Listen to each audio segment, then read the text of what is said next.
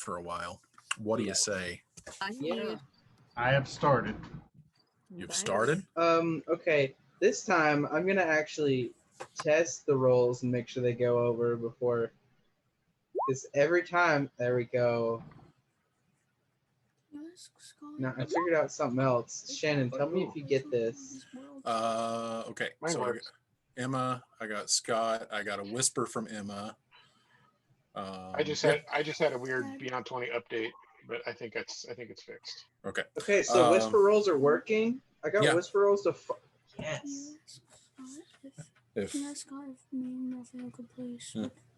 If we could play Minecraft together, I can get on his world if he gets on one. okay, Raphael, if Raphael is available, Scott, Yeah, Dean would like to. Okay, cool. Yeah, get on there. Okay, and I think as soon as I'm ready to go, Christian stands up and runs away screaming. Sorry, I just realized how washed out I was looking because of the sunlight. So, ta-da! Here I am. Outstanding. White people problems. Ta-da! All right. So, and say goodbye to reality for a few blessed hours.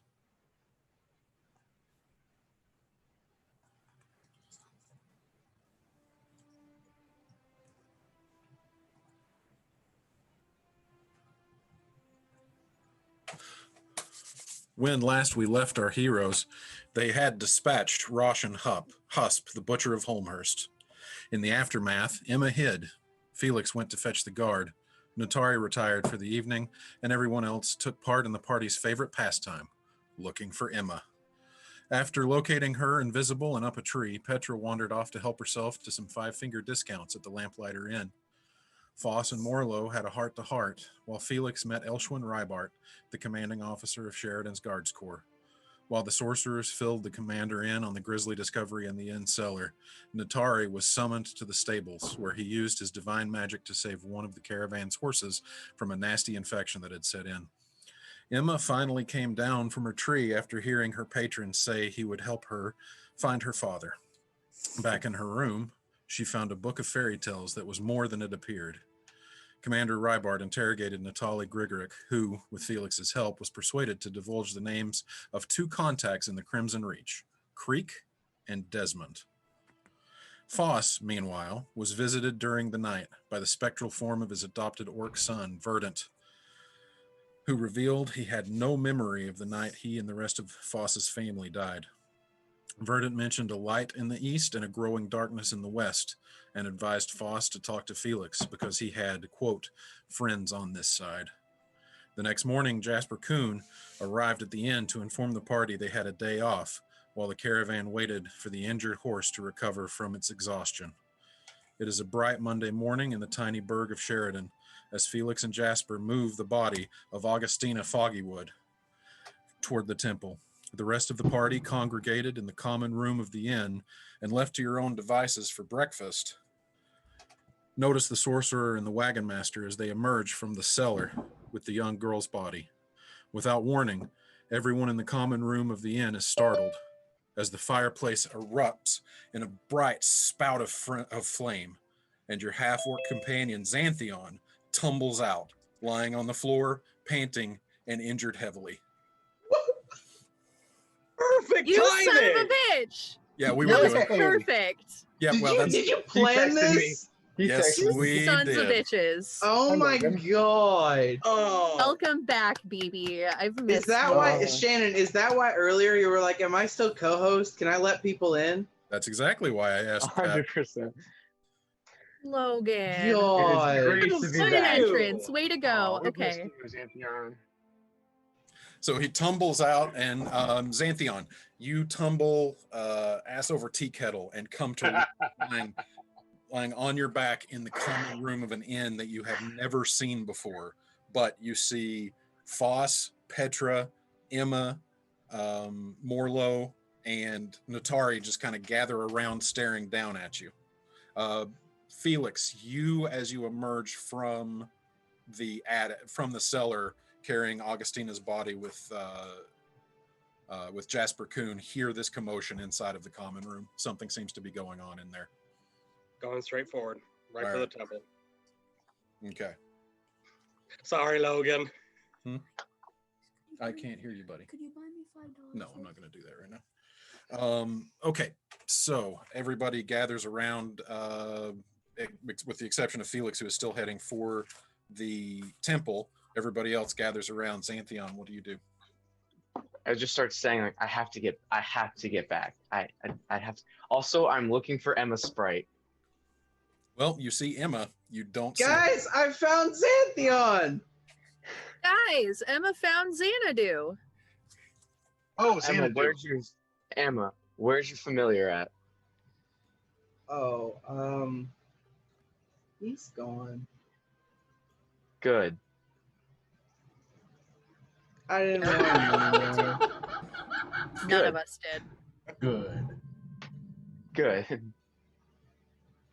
He's working with your patron to do Yeah, I something. know.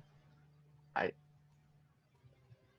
He's kind of sketchy. I don't really like him. Right. Hi, Logan. That's Raphael.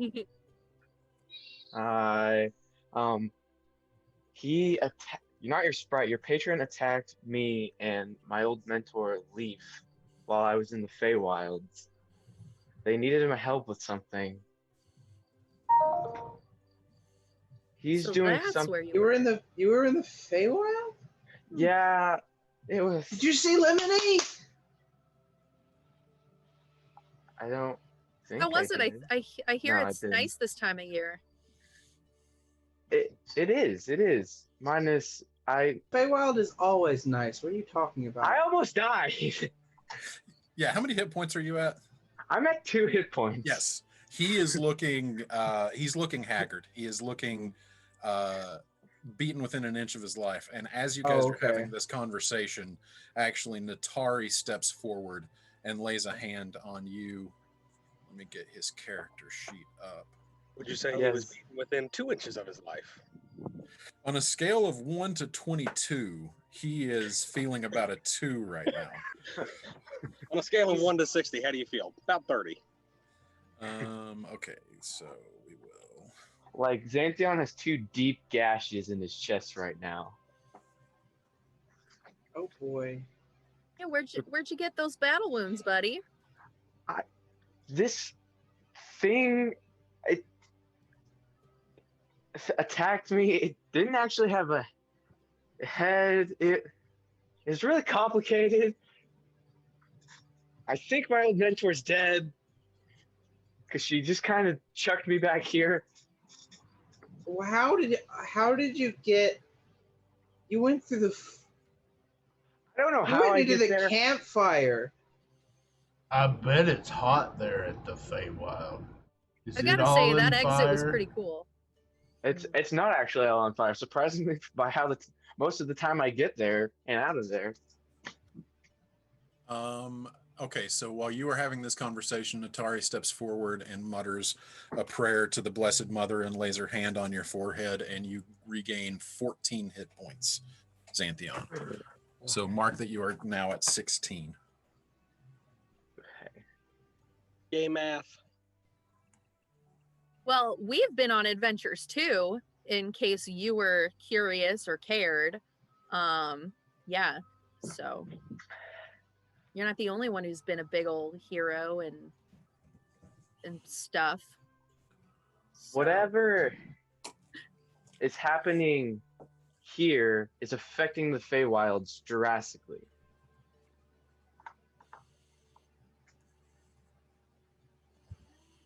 So, are you Did talking make- about the undead? I don't entirely know for sure. To me, I was only in the Feywilds for like an hour. Yeah. That makes That's sense. That's a good point. You have absolutely no idea how much time has passed since you left Xanthion. Yeah, We've been here for what, a week? No, it hasn't been quite a week. He disappeared the first evening out of Elmswain. So it has been then another 2 days, and then this is the third day. So this is the third day, the morning of the third day since he disappeared. A It's been 2 resurrection. days. That don't make sense. He's lying. The Feywild's Okay, calm some down, weird Foss. sometimes. Oh. Petra. No, but does something not making sense to you mean that the other person's lying? There's a lot of things that don't make sense to you. I mean, to be fair, I Hey, did go to a What different does that place. mean? I don't know. Maybe I'm Okay. lying to you. Xanthion, Yes. can you give us a more step by step of what happened? Because you're sort of all over the place right now. I don't understand what was- happened. Which is I was absolutely back to par that. for the course for Xanthion. Yeah. Okay, so basically, I had a plan. Go figure.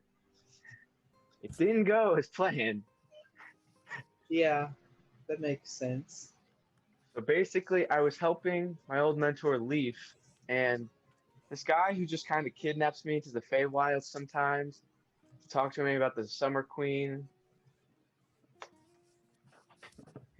They brought me to the Feywilds. They needed help with finding out what was going on there, because it seems whatever's going on here is making your patron more powerful there, and has these baby things that scream. It's very unpleasant. Ugh, sounds awful. Do baby things that scream sound familiar in any way? No, you never saw anything like that when you were in the Feywild. Okay. You also never saw anything that didn't have a face. I spent most of my time in the summer court though with Lemony, right? That is correct. Yeah, Okay. I was not there for a good chunk of the hour I was there. And then we went into this place. There was like this whirlpool that went Maybe into we'll this see. ether-looking pool. You can tell me later. Okay. Some spider thing jumped into it. Is Maaloff the summer or winter court?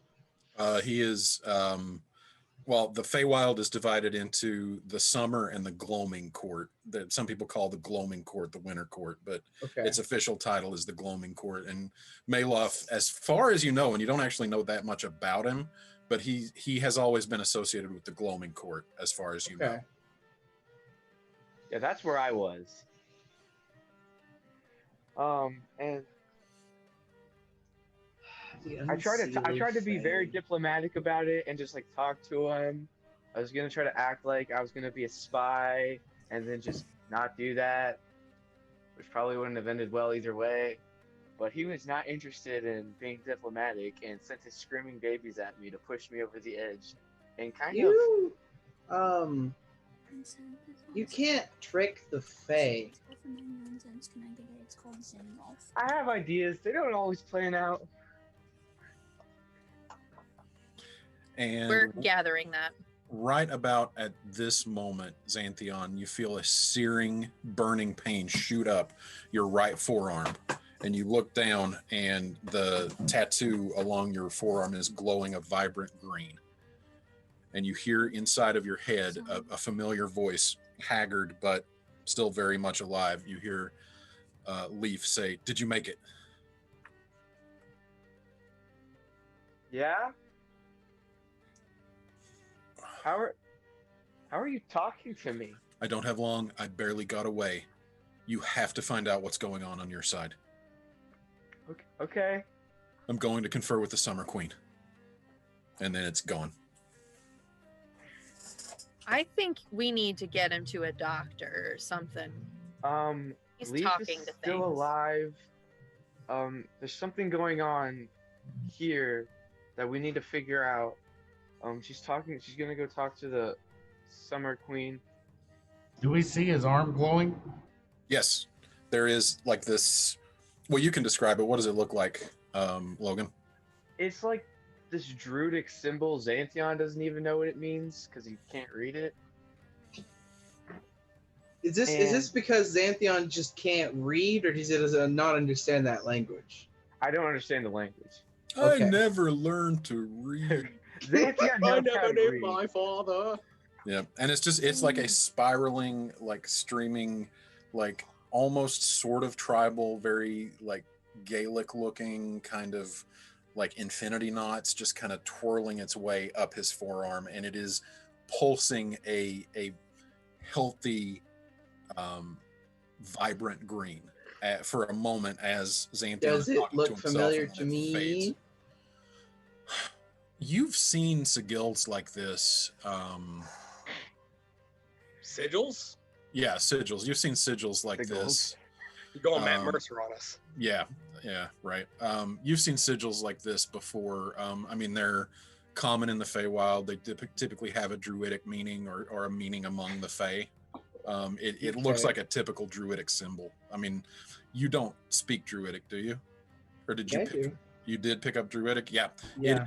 It is a namesake. It is somebody has marked that the person who bears this tattoo is associated with a particular faction within the Summer Court. Does this faction have a name, or is it not specified? Not specified. Just you know that it is related to, because remember, Fae keep their names highly guarded at all times. Yeah. So it just, you know that it's associated with the Summer Court, which is really the most that you ever learn about somebody from the Feywild, is whether they're associated with the Summer Court, the Gloaming Court, or remain neutral. And this is associated with someone who is affiliated with the Summer Court. It's not saying that Xanthion is associated with the Summer Court. It says that he is basically the Serving under Lord someone of- who is. yeah, not even actually serving under someone, like literally under the protection or under the tutelage of someone who is associated with the Summer Court. Is Leaf a human? She's a gnome druid. She was training me to be a druid, but I wasn't ready by the time she thought I was needed to leave the assemblage. So I used ranger skills. Okay. Can we start off with what compelled you to walk into a campfire? I would have to buy rum. I didn't walk into it. I threw a log on, and then I was looking into the fire, and then I looked up, and I was not in this plane of existence.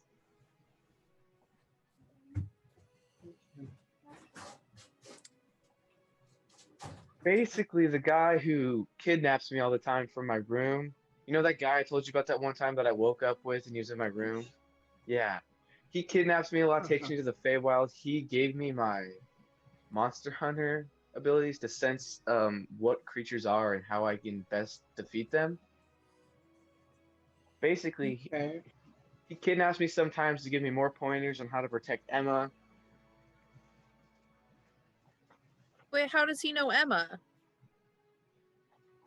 The Summer Queen tasked him to task me to protect Emma. It's Why?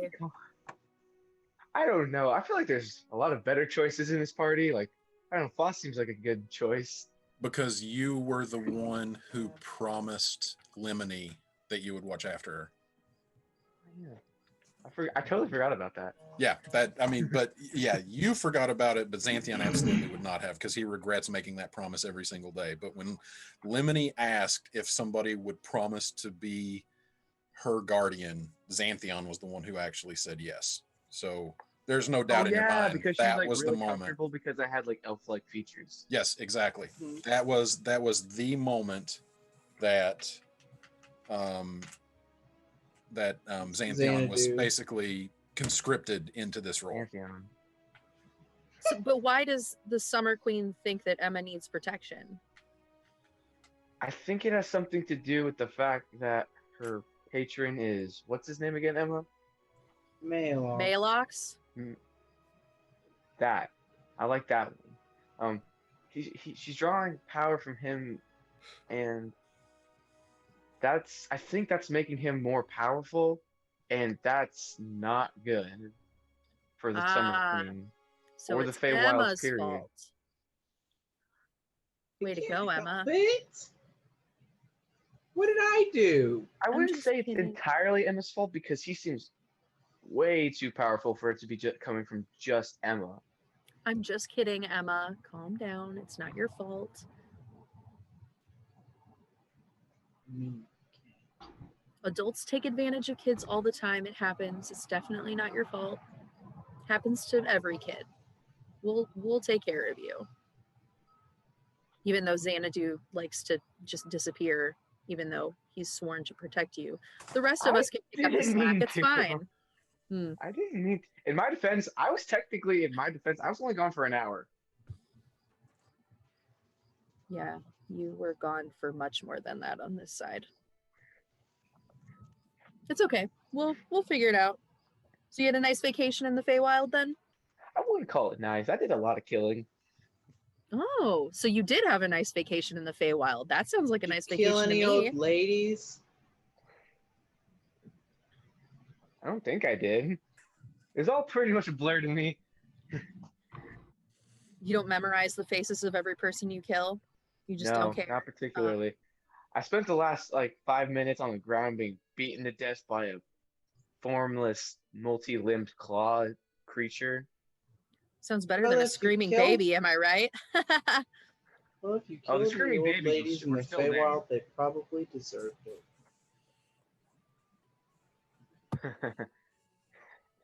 Terrible. Well, welcome back. We're doing stuff here too. Yeah. Well, have you and Felix worked everything out? Last time I saw you guys, you weren't on great terms. What? I don't know what you're talking about. We're fine. I'm never on great terms with anybody. That's just my MO, buddy. That's fair. That's fair. hmm Mommy and Daddy are fine. Calm down. The family's working great. We need to figure out what's going on. I just ignored that entirely. Xanthion Alright. is so focused on like figuring out what's happening in this plane of existence that's affecting the Feywilds that he does not know what else to do but that. I have booze. I stole a lot of booze. You guys want some booze? Where are we exactly? I kind of Good just fell out of question. the fireplace. Sheridan, Okay. on our way to Bright Hollow still. I did know that, because that's where we were going for the thing. I'm very Wouldn't we be overwhelmed leaving right now. again, Shannon? We had another day here before we were leaving. That's right. That Jasper Kuhn had just informed the party that you guys basically have the day off because the horse that Natari healed has to recover from its exhaustion before it can continue. And there was What day already. is it? It is Monday. Like day of the month. Hold on, Dean. Can you get me the green folder out of my backpack right over there, please? Thank you. So another thing Xanthion's worried about is Petra fills out her contract. Yeah, I was just thinking about that. How long do we have till she gets there? Yeah. Well, the players might be worried about that. I don't think Petra has actually shared that with the group yet. Oh yeah. Oh yeah, she hasn't. Yeah, so you guys are completely oblivious to that. But Oh, she'll tell you eventually. After him Like being well, attacked. the day she goes. Like, hey, I gotta go. I'll be okay, back. guys, it's been fun. See ya. Hey, bye. Or the day Petra she gets was attacked never because she heard didn't from fill out the again. contract. Let's see here. It is the 20. It is Monday, the 21st of March. Yeah, we have time. Petra has time to mention it. All right. Meanwhile, Christian, Felix is carrying the body of Augustina Foggywood across the bridge into the western section of Sheridan, as pictured on your map. And you pass by the stables on your way down to building number 22, which is the temple and the infirmary, which you had been at the evening prior.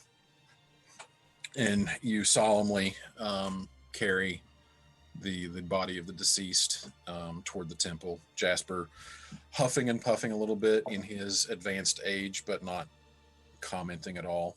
And you arrive at the archway of the temple. Door open. Yes, always. There actually is no door. It is just an open archway that comes into the area where the shrines to the various deities are set up. And then you would have to go through a door to get back into the further infirmary part. I walk in. Mm-hmm. There are a handful of people, 2 or 3 maybe, lighting candles, offering prayers at the various altars. And your arrival does create a bit of a stir. It's not every day that somebody brings a dead body in. down. Yep. And Is there a high priest that I need to look for? there was one priest here from your previous experience in this temple. It is there was a male gnome that was devoted to the Blessed Mother that you know is here.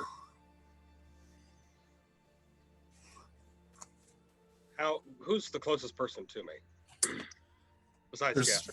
there's a dwarf that is over lighting a candle at the altar of the Forge Mother. That's the closest. Good dwarf. Could you point me in the direction of the priest to the Blessed Mother? Points to the door that leads back to the infirmary. Thank you. Jasper, could you get the door for me? Of course. Goes and opens it up, and you take the body through into the area where, instead of it being altars, it is now through the archway immediately converts into a series of cots, like hospital beds, staggered every so often with a draped sheet acting as a curtain between them. And there you do see this little dwarf in the robes and accoutrement of the Church of the Blessed Mother, just kind of like going around doing morning rounds, checking on his patients. Or gnome? Sorry, gnome. It is a gnome. Yes, gnome. Male or female? Male. Father. And I just sort of find the nearest empty cot and take the body there. And this gnome looks around at you, kind of graying brown hair, just kind of in a shock, and a big bulbous nose, and just looks over, and his gray eyes widen as he sees you carrying the body over to a bed, and he comes kind of skittering over as fast as his little gnomish legs can carry him, and just kind of looks her over. I lay her down as restful pose as I can. And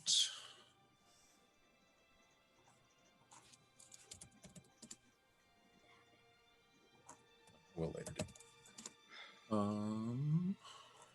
Her name is Augustina Foggywood. Looks her over. She's been gone for quite a while. I know. So I'm sorry for your loss. I'm afraid there's nothing I can do for her. Funeral rites. Except give her last rites, yes, of course. And let me know the cost.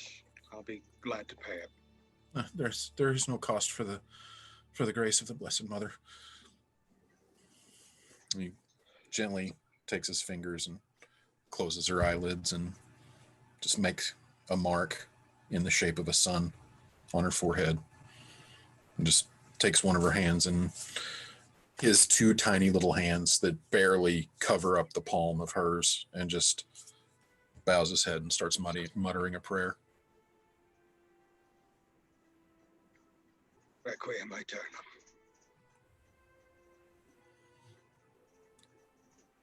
And I step back. Jasper steps back with you, obviously unsettled by this setting and what's going on, and just kind of bows his head and says, what he said? if you need to go, Jasper, thank you for all you've done. No I'll problem. take my staff back from you now. And he hands it over and pats you on the shoulder. Without another word, he leaves. And Felix is going to join in. Is it an individual prayer, or is it kind of more scripted? Are you proficient in religion? Proficient, I don't believe so. I have a +2. Okay, just roll me a religion check then. Half your money, but it was on you. Hey Shannon, Yeah. can you put Dean's gamer tag in the chat? Oh, sure thing. Hey, Dean, what's your gamer tag? I probably can't find it. What? Wait, my gamer tag Yeah. or my Microsoft account's gamer tag? I assume your Microsoft account gamer tag. Microsoft account, yeah. Field conch. It's loading. I have to check. Field conch. Look it up, dude, just to be sure. I am, but it's taking a second. All right, I'm going to send that over to you, Scott, just as soon as he gets it. Okay. Thank you. What is Felix 20. doing? Unnatural. Okay, this is the funeral rite of the Church of the Blessed Mother. Just basically asking the Blessed Mother to usher the soul of the deceased across the divide into the next life, and to bathe her in the radiant sunlight of the Blessed Mother's divine energy, and steward her soul to its final resting place. Requiem aeternam, dona eis Domine. And Felix goes back out into the main chapel area.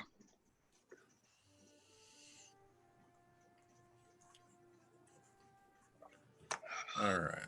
So you head back out into the area with the altars. And okay, there's the even-handed, the forged master, the blessed mother. Trying to remember. The defender queen. Defender queen. The favored maiden. The warlord. And that's it. Okay, there's 6. So I go to no capital F and then a capital I go C. to the individual shrines. Actually, before I do, I try to find someone to get incense. Okay. Just so I have incense sticks to burn at each of the shrines. Okay, so you're heading out to look for incense then.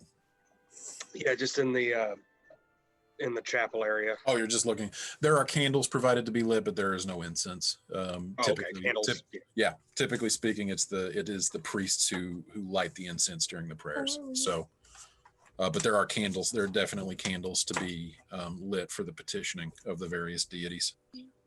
So I'll grab 6 and go to each of the shrines, saving the even-handed for last. Okay. And that is easy enough to do. So you just kind of take a moment to go around to each of the various altars, and is that right? Or D&D. Okay. And say a prayer and light a candle, and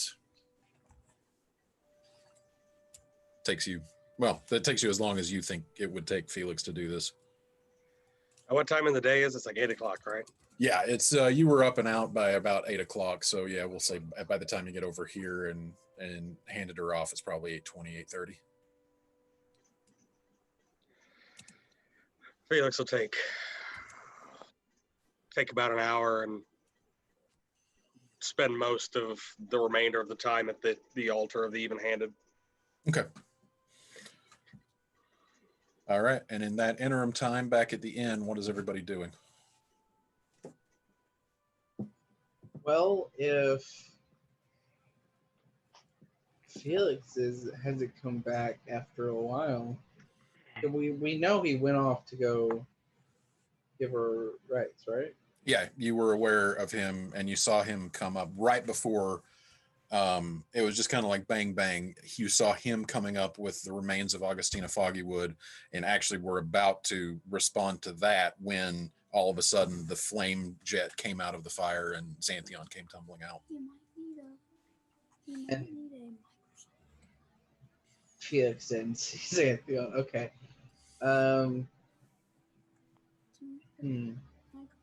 Should we go see if Where's Felix? he's giving, what was it, Elisa Foggywood? Augustina. Augustina. He's giving Augustina Foggywood last rites. Did you hear what I said? The woman that was missing. Yes, Antheon wouldn't know anything about that. Yeah, the woman that was missing in, shoot, what was the other town called? Elmswain. The woman that was missing in Elmswain. We found her body.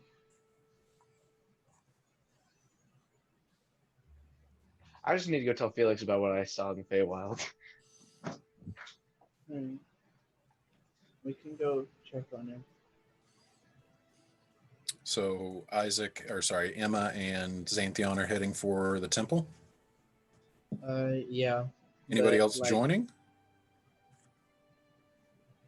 Yes. Okay, so Petra, Emma, and Xanthion are heading to the temple. Did Felix watch me come out of the fire? No, because from his vantage point, he would not have seen that. He heard a commotion going on inside of the inn, but he just continued on, and he has no idea what it was. So he doesn't even know I'm back yet. No. Cool. Okay, so Petra, Xanthion, and Emma, after probably 20 minutes to a half hour waiting for Xanthion or for Felix to get back, you guys head off for the temple. What are Foss and Morlo doing since you guys are staying behind at the inn? I'm just hanging back and listening. I'm confused and looking at the fire. Got it. Petra leaves a He's couple gonna bottles light the of fire alcohol again. for them. I just kind of imagine, I know this isn't what you're doing, but I just kind of imagine Foss standing right by the fire with his maul up, ready to strike anything else that comes tumbling out of it. Suspicious know. as fuck. Logan, I don't know if you watched the sessions where you weren't here, but after you went missing,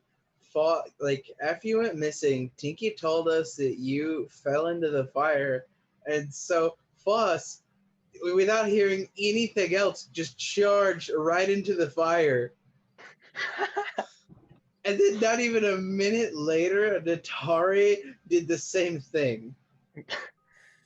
And actually, Natari, who has chosen to come with you, just says, well, in my defense, I needed to be certain that Foss wasn't just trying to do it wrong. I'm gonna tell you guys right now, if Tinky was still around, I was going to walk up to him, grab him, and snap his neck. I mean, No hesitation. He had a whole. We would have 2 cheered hit you on. points. It wasn't gonna take much. Hey, I had. But he a whole also 2 hit is points when I invisible came out most of that the fire. time. All right, so after a, it's just a second.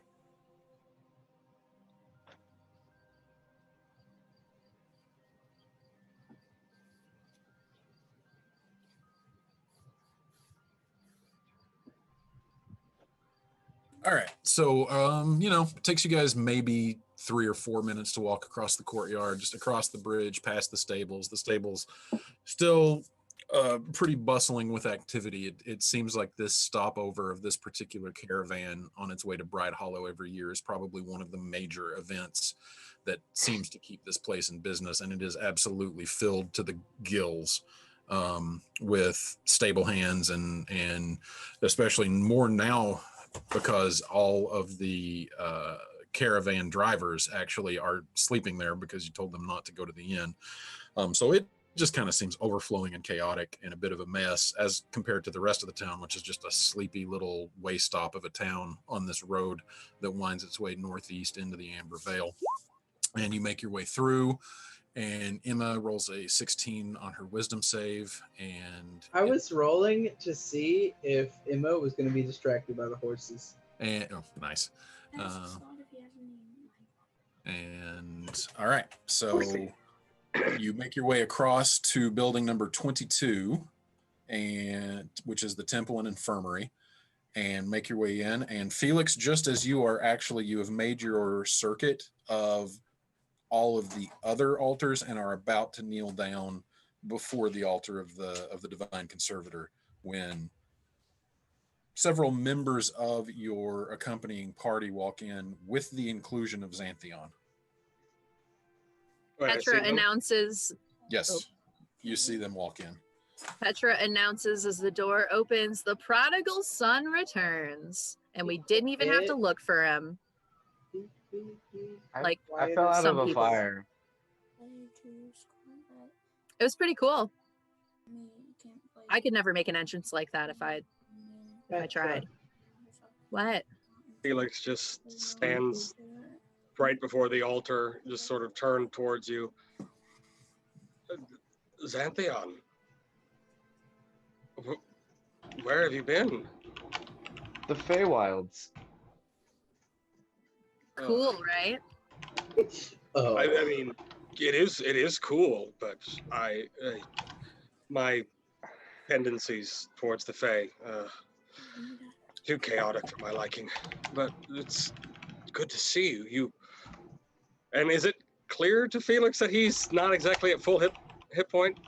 Well, Natari did heal him up to above. But my half, clothes would have been so slashed. My clothes. he would have been- definitely looks like he has been in a tussle recently. He is also wearing the exact same clothes that you saw him in when he 3 days ago. yeah. I've only been gone for an hour. I don't know what you guys are talking about. Between the dead and the incense, you're the smelliest thing here. No, I'm kidding. I got You look. beat. I can see that. I'm currently, and I'm pointing very, I don't know, not nonchalant, but very like, duh. I'm in the temple. I'm needing to do something real quick. Yeah, I'll join you back at the inn, out in the square. Where would you prefer to meet? Oh yeah, this is probably important. We should go. We'll meet you at the inn. Okay, you're fine. You're fine. I'll join you when I get done. I We'll have wait a immediately bottle outside for- the temple. So what now? I'm waiting immediately outside the temple. Xanthion thinks this is too important to wait, Okay. but he respects Felix enough to like give him his time that he needs. All right. So Xanthion takes up space. Like it's like literally it's an open columned like portico archway that goes into the temple. And like Xanthion walks a step outside of that and just turns around and stands staring like lasers through Felix. What are the rest of you guys doing? Petra whips out a bottle of booze and offers it to Xanadu. I thought you were gonna say Felix for a second. I was like, oh, okay. Xanthion fully accepts this time. Natari actually takes up position at the shrine of the Blessed Mother and starts making a series of devotional prayers to her. So yeah, that makes sense. Petra offers him a bottle of alcohol too. What is Emma doing?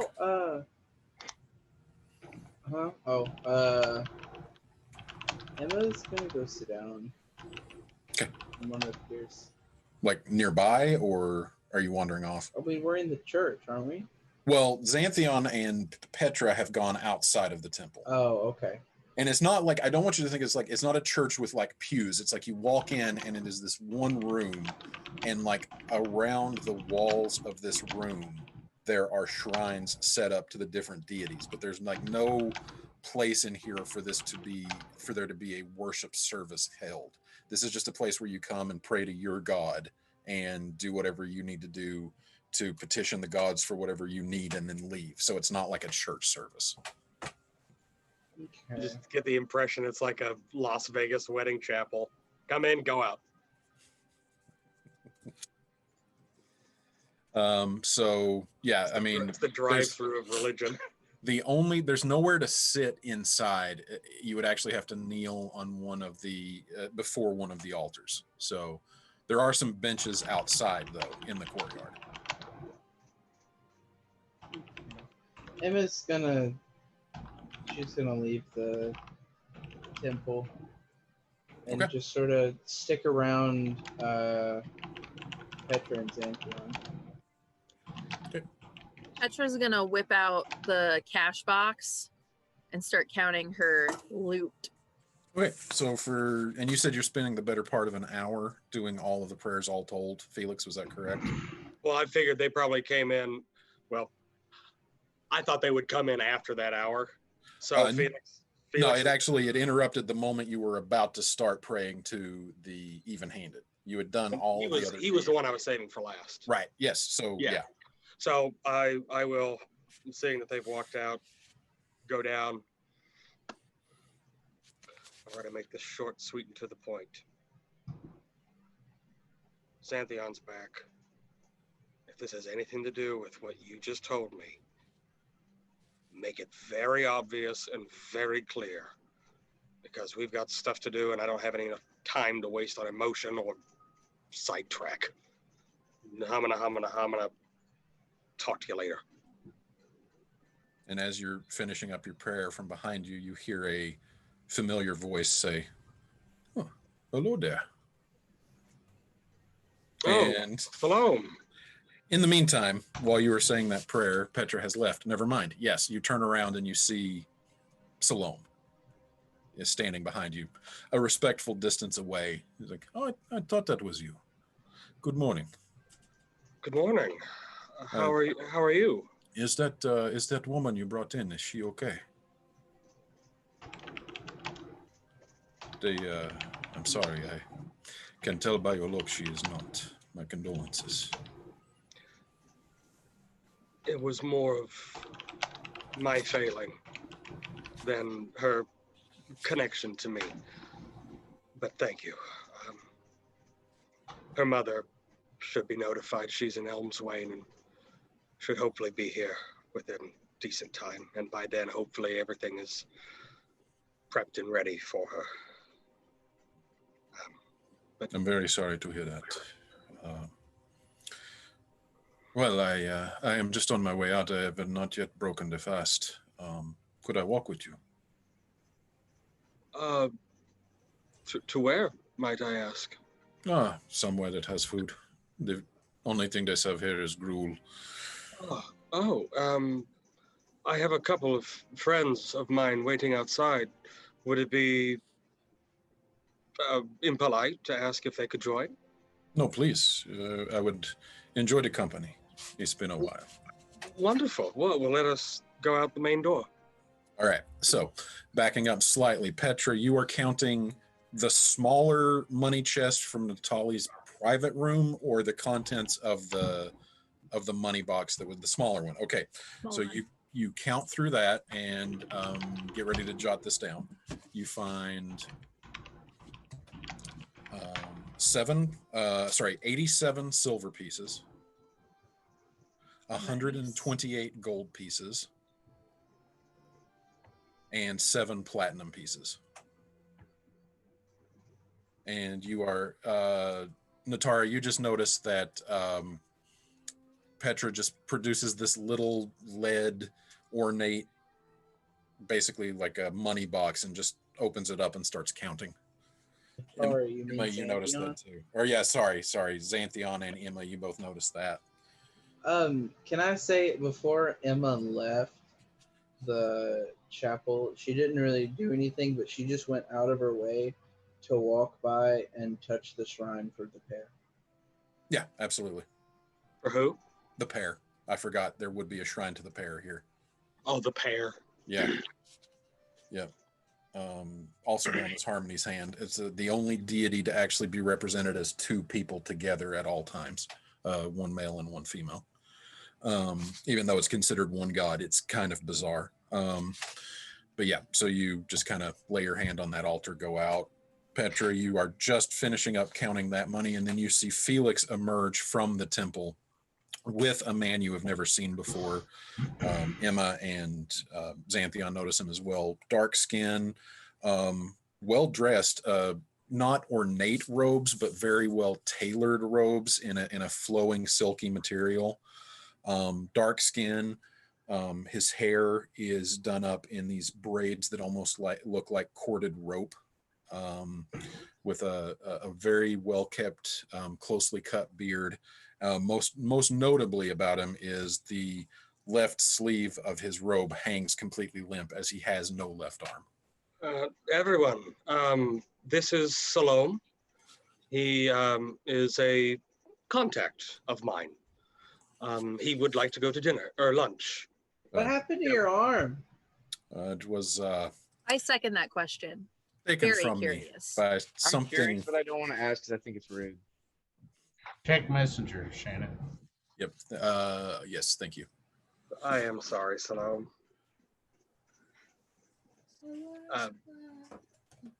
Would you care to explain? Oh, come on. I'm a cat. Like, who cares? Who cares? Well, Nerd alert. Hi, Jody. Hi. Hi. Hello. There's only one person in that house that I know would say that. they're saying hi, and you're the only person they know who would say that, so they knew it was you. But I am a nerd. Yeah, you are just a She different is- kind of nerd, just not a D&D nerd, but I'm That's working what I on would her. say, nerd alert. She's told me plenty of those stories, Shannon. So good luck with that one. Gotcha. Okay, so sorry. Okay, so you ask Salome what happened to his arm, and he just says, "Oh, I would like to know that myself. It was taken from me by something in a cave, not terribly far from here." Ooh, sounds exciting. Have you been back yet? He looks down at the stub where his left arm used to be, and he's, no, I am hoping to employ people hardier than me to. Petra, can we go to the cave? Hell yeah, Felix, can we go to the cave? That's actually what we were going to discuss, I believe. Correct, Salome? Well, let's go.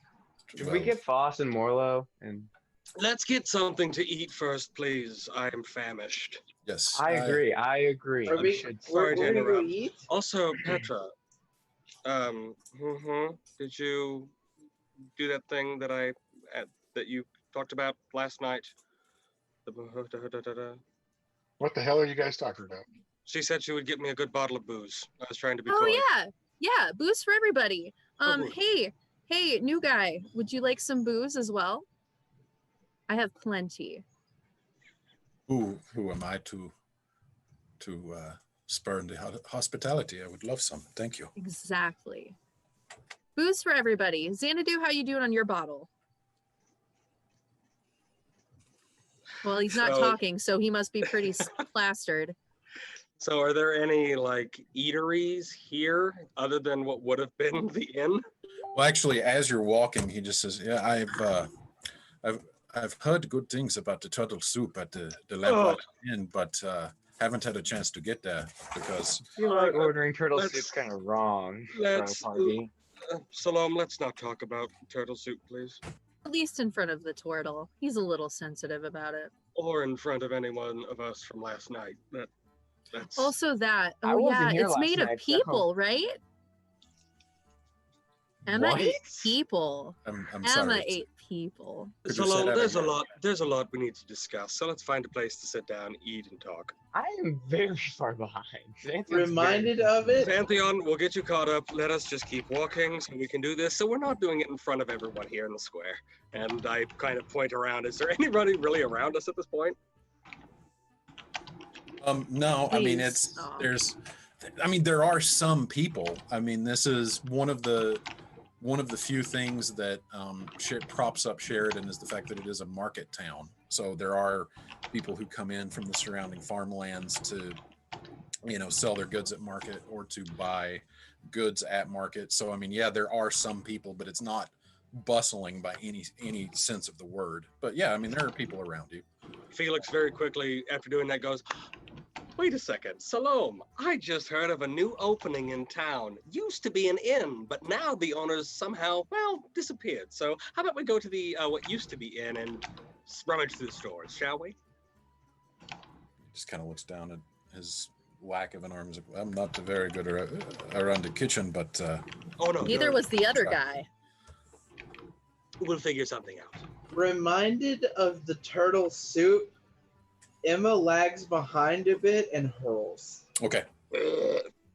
Easy enough to do. Just see a 10-year-old in the middle of a market square. All right. So you guys head back to the inn then? Yeah. Okay. So you guys head back across. What'd you say, Joe? 1 second. Oh, okay. So you guys head across the bridge back to Building 1, the Lamplighter Inn, and work your way inside of the building, where, let me think here. You guys didn't take. So you completely abbreviated that final prayer to the Divine Conservator, right, Felix? Mhm. See. So with that, having not much time having passed, you actually, Morlo, you and we'll say Foss, you also, as you are finishing up writing your letter, notice the rest of the people arriving back at the inn. So you guys walk back in. Morlo is just sitting there doing Morlo things, and Foss actually seems to be scratching out a letter with an ink quill on a Yeah, table. ever since Morlo and Foss have had their talk, Morlo's been especially sensitive to everything Foss does, pretty much. Okay, got it.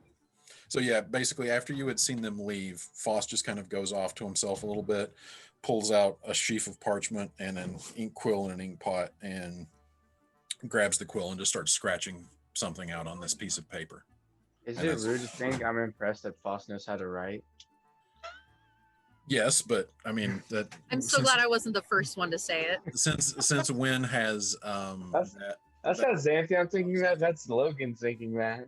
Oh, okay. So, There you go. so Shannon, are we back in the inn at this point? You have just walked into the front entrance of the Lamplighter Inn. Yes. Salome, please have a seat. I don't think we're going to be worrying about a crowd anytime soon. And Felix is going to scurry into the kitchen and try to avoid anything that looks like white meat. Felix, are you making everybody food? I'm Emma- going to try. If anyone knows anything better, please come help. Before I Felix, Xanthion will go help. Okay. before Felix manages to scuttle off, Emma looks up at him and, can I have my bag back? Oh yes, of course. There you are. Dirt and all. Okay. Felix, have you ever cooked before Yes. for a bunch of people? For I'm a bunch better of at people. Well, let's see. How many do we have again? For people other than yourself? I'll have to scale up proportions a little bit, but You know what? How about you just get out of the kitchen and I'll take care of this, okay? I'm good at cooking over Okay. campfires yes, because, by all means. Ranger. You know what? No, Xanadu, I Survival. don't want you in my kitchen. No, you stay out. I got this. Petra, Go away. Can I help? Whoa. While Petra's Um, cooking, Xanthion wants to go find somewhere to clean up. Emma, yeah, you can help. I tolerate you the most out of everybody here. Okay. So, with a moment of chaos where everybody decides exactly what's going to happen. Foss is just standing there, kind of looking at the letter he's holding and watching the chaos going on in the room, confused. Got it. And so eventually, after everything settles out, Petra and Emma get to work in the kitchen. Before Petra does, she tosses a bottle of alcohol to Foss and Morlo. I'm not being sexist. She decided that. I feel sexist when I hear it from that side. Petra worked on a pirate ship with a cook. It's Yeah. within her character. It was her choice, then that's fine. Yes, it was her choice. Feminism. I'm not making the female character go work in the kitchen. Jody, I love you. Thank you so much for Aaron looking loves out you for for me. looking after her. If Shannon's feet gets cut out, call help. So actually, yeah, we might as well. do this. Let me know if you guys are seeing the entire map. I can't remember if I still have the. I don't see. There's a big blank white space for me. Oh, I it's back. see it. You might I have see to it zoom now. out of it. All right. I Yeah, just it wasn't. had load. I wasn't sure if I had turned off.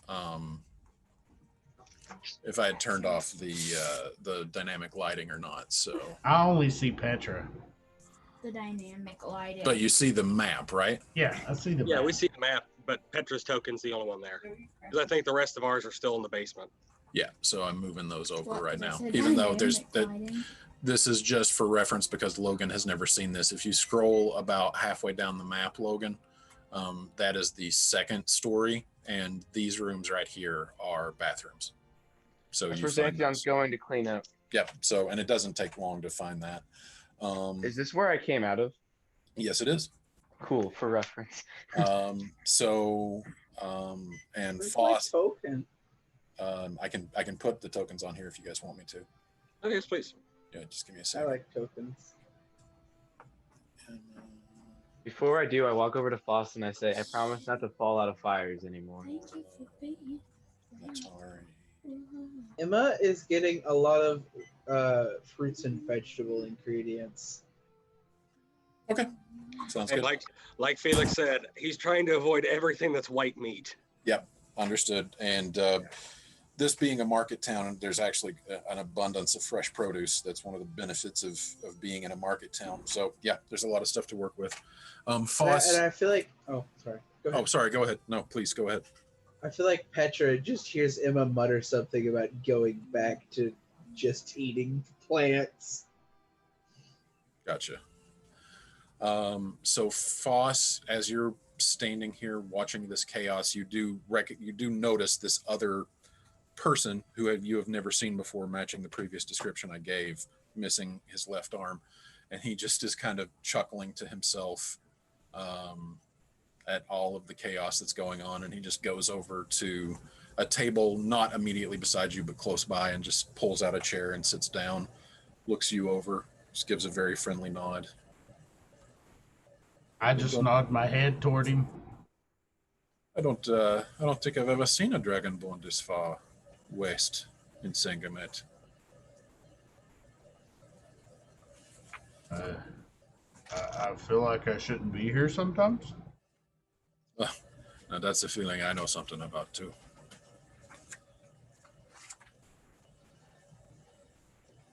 My name is Salom. It's a pleasure to meet you. Nice to meet you, Salon. Sorry about your arm. Yeah, me too. Hopefully I can do something about that before too much longer, but I'll have to get back to civilization first.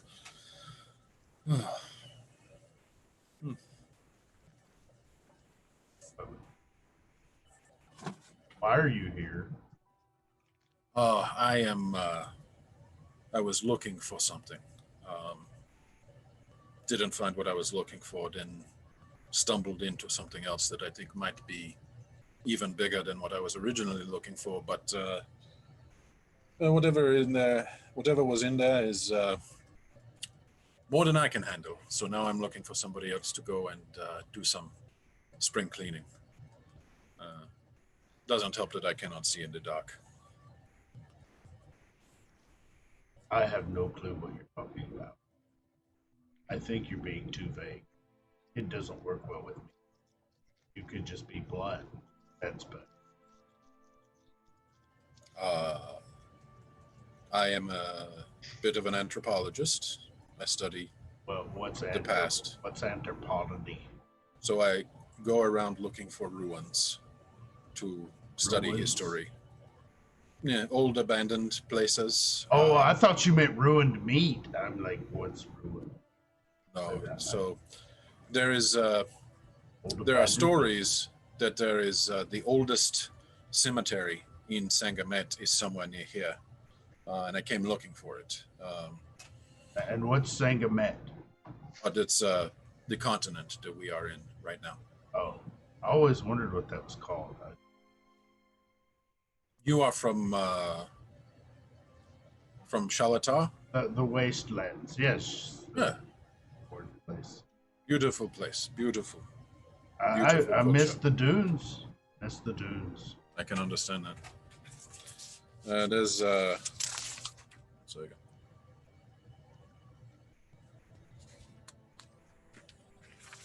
yeah, there's not a day that goes by that I don't miss home.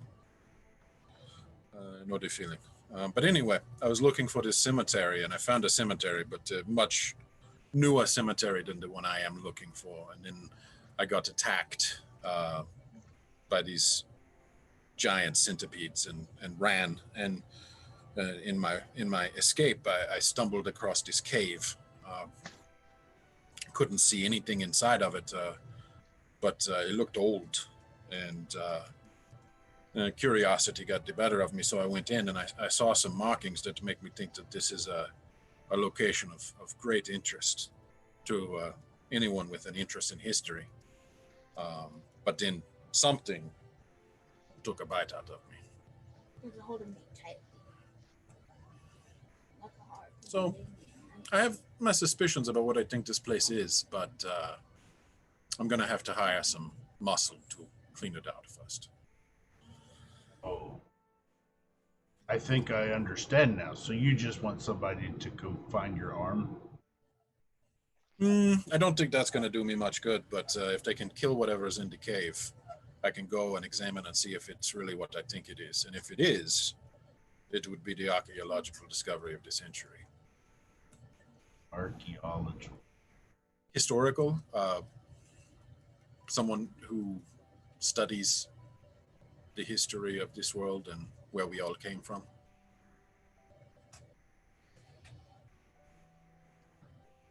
Boss sits down and just, so where's this cave at? Oh, it's, well, that's kind of the problem. I know it's close, but I don't know exactly where, because when I ran out of the cemetery, I was not paying attention to where I was going. I was just doing everything I could to get away from the giant centipede that was chasing me.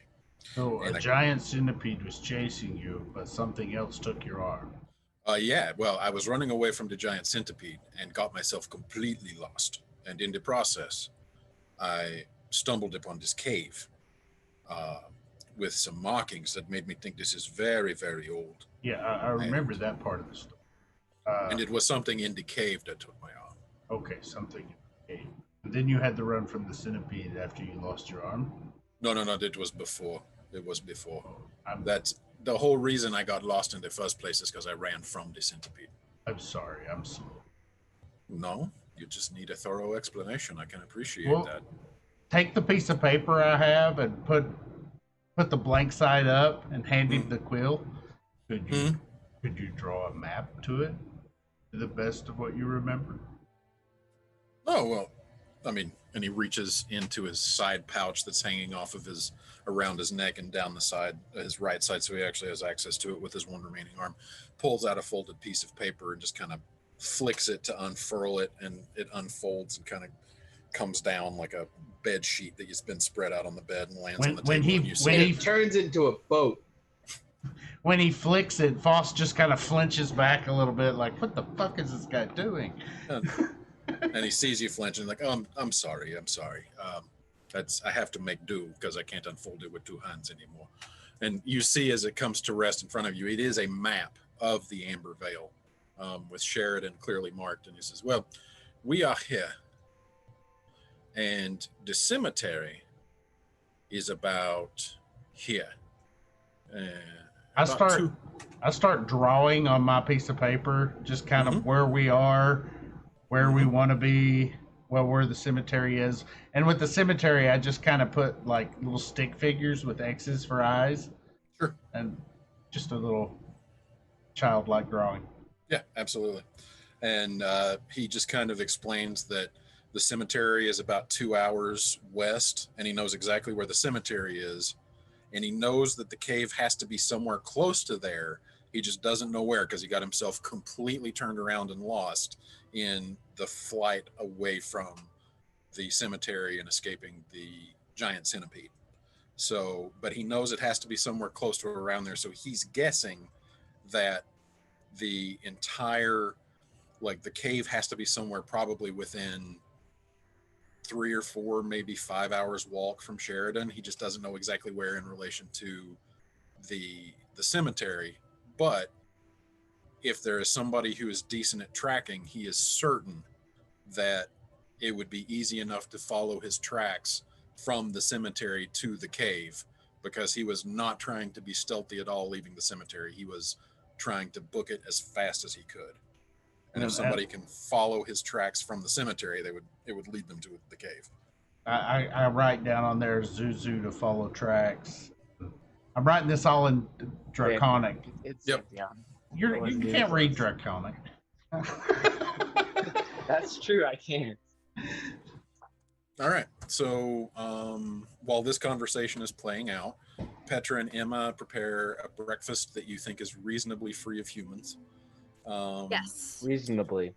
Petra- Morlo, are you just sitting there like close by to where Foss and Salome are having this conversation? Yes. Okay, so you hear everything that was just said, just so you know. Okay. Xanthion has a bath. Sorry, I interrupted you. What is Petra doing? Oh no, keep going. I can say it afterwards. Okay, cool.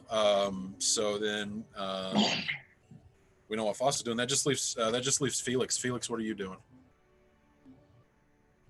Laundry at the moment. Nice. Multitasking. It's what teachers do best. Folding the whites. No, I was actually loading everything. Sorry, hair. Let's see. Probably gonna talk to Xanthion actually. Okay, so I hope not. I'm in Xanthion, the Felix follows you into the bathroom.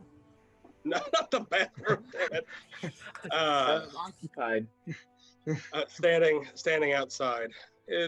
Xanthion, is it all right if I catch up with you while this is going on, or would you prefer a little bit more privacy? It's rather important, so. Yeah, let's catch up while I'm cleaning up a bit. All right. So, how did you get into the Feywild? I put a log on the fire, and I was looking at it. I looked up, and I was in a different plane. The guy who normally talks to me about Emma and stuff was there, but Wait, so what? you know the guy that was in my room that one time I woke up, What? gave me the dark amulet. What? Has Felix never been around when Xanthion No. talked about this? No. Really? No, You have Felix told has other always party been doing members, something but- else. Holy Felix crap. has this weird tendency that literally the moment the group stops moving as a cohesive unit, he shoots out of there like a slingshot and goes off on his own. So yeah, no, he has no idea what you're talking about. Well, he would remember Felix- that Emma just randomly got a necklace from nowhere. True enough, he has seen the Dark Shard amulet, but he has no idea where it came from. Felix is just like smoking his pipe out in the hallway, like, wait, what? So I was tasked by the Summer Queen to protect Emma when I said I would, and I've regretted it since that day. And so this guy comes to visit me sometimes to give me advice. He granted me the power to better defeat my enemies. And this time he took me to the Feywild, and my old mentor, Leaf, was there. And apparently she's very well known in the Summer Court. Can I just say that this sounds like Xanthion has joined a cult? It does. It really does. He is our group's jester.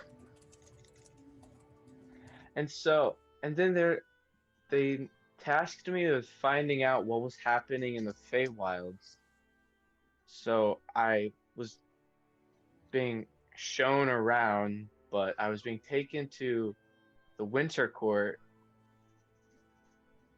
to check up on Emma's patron, or one of his strongholds throughout the Feywilds. And there were these things.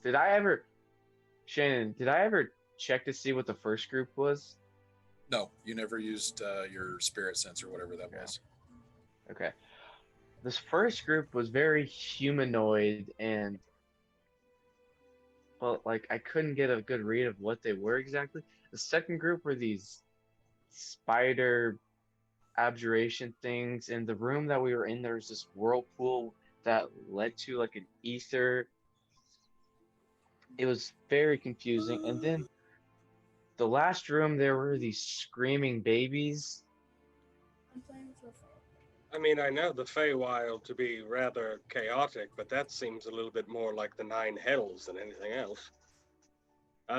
All of what he's saying, besides the basic stuff of winter and summer court and things like that, can Felix roll to sort of piece together from his arcane history, from his arcane background,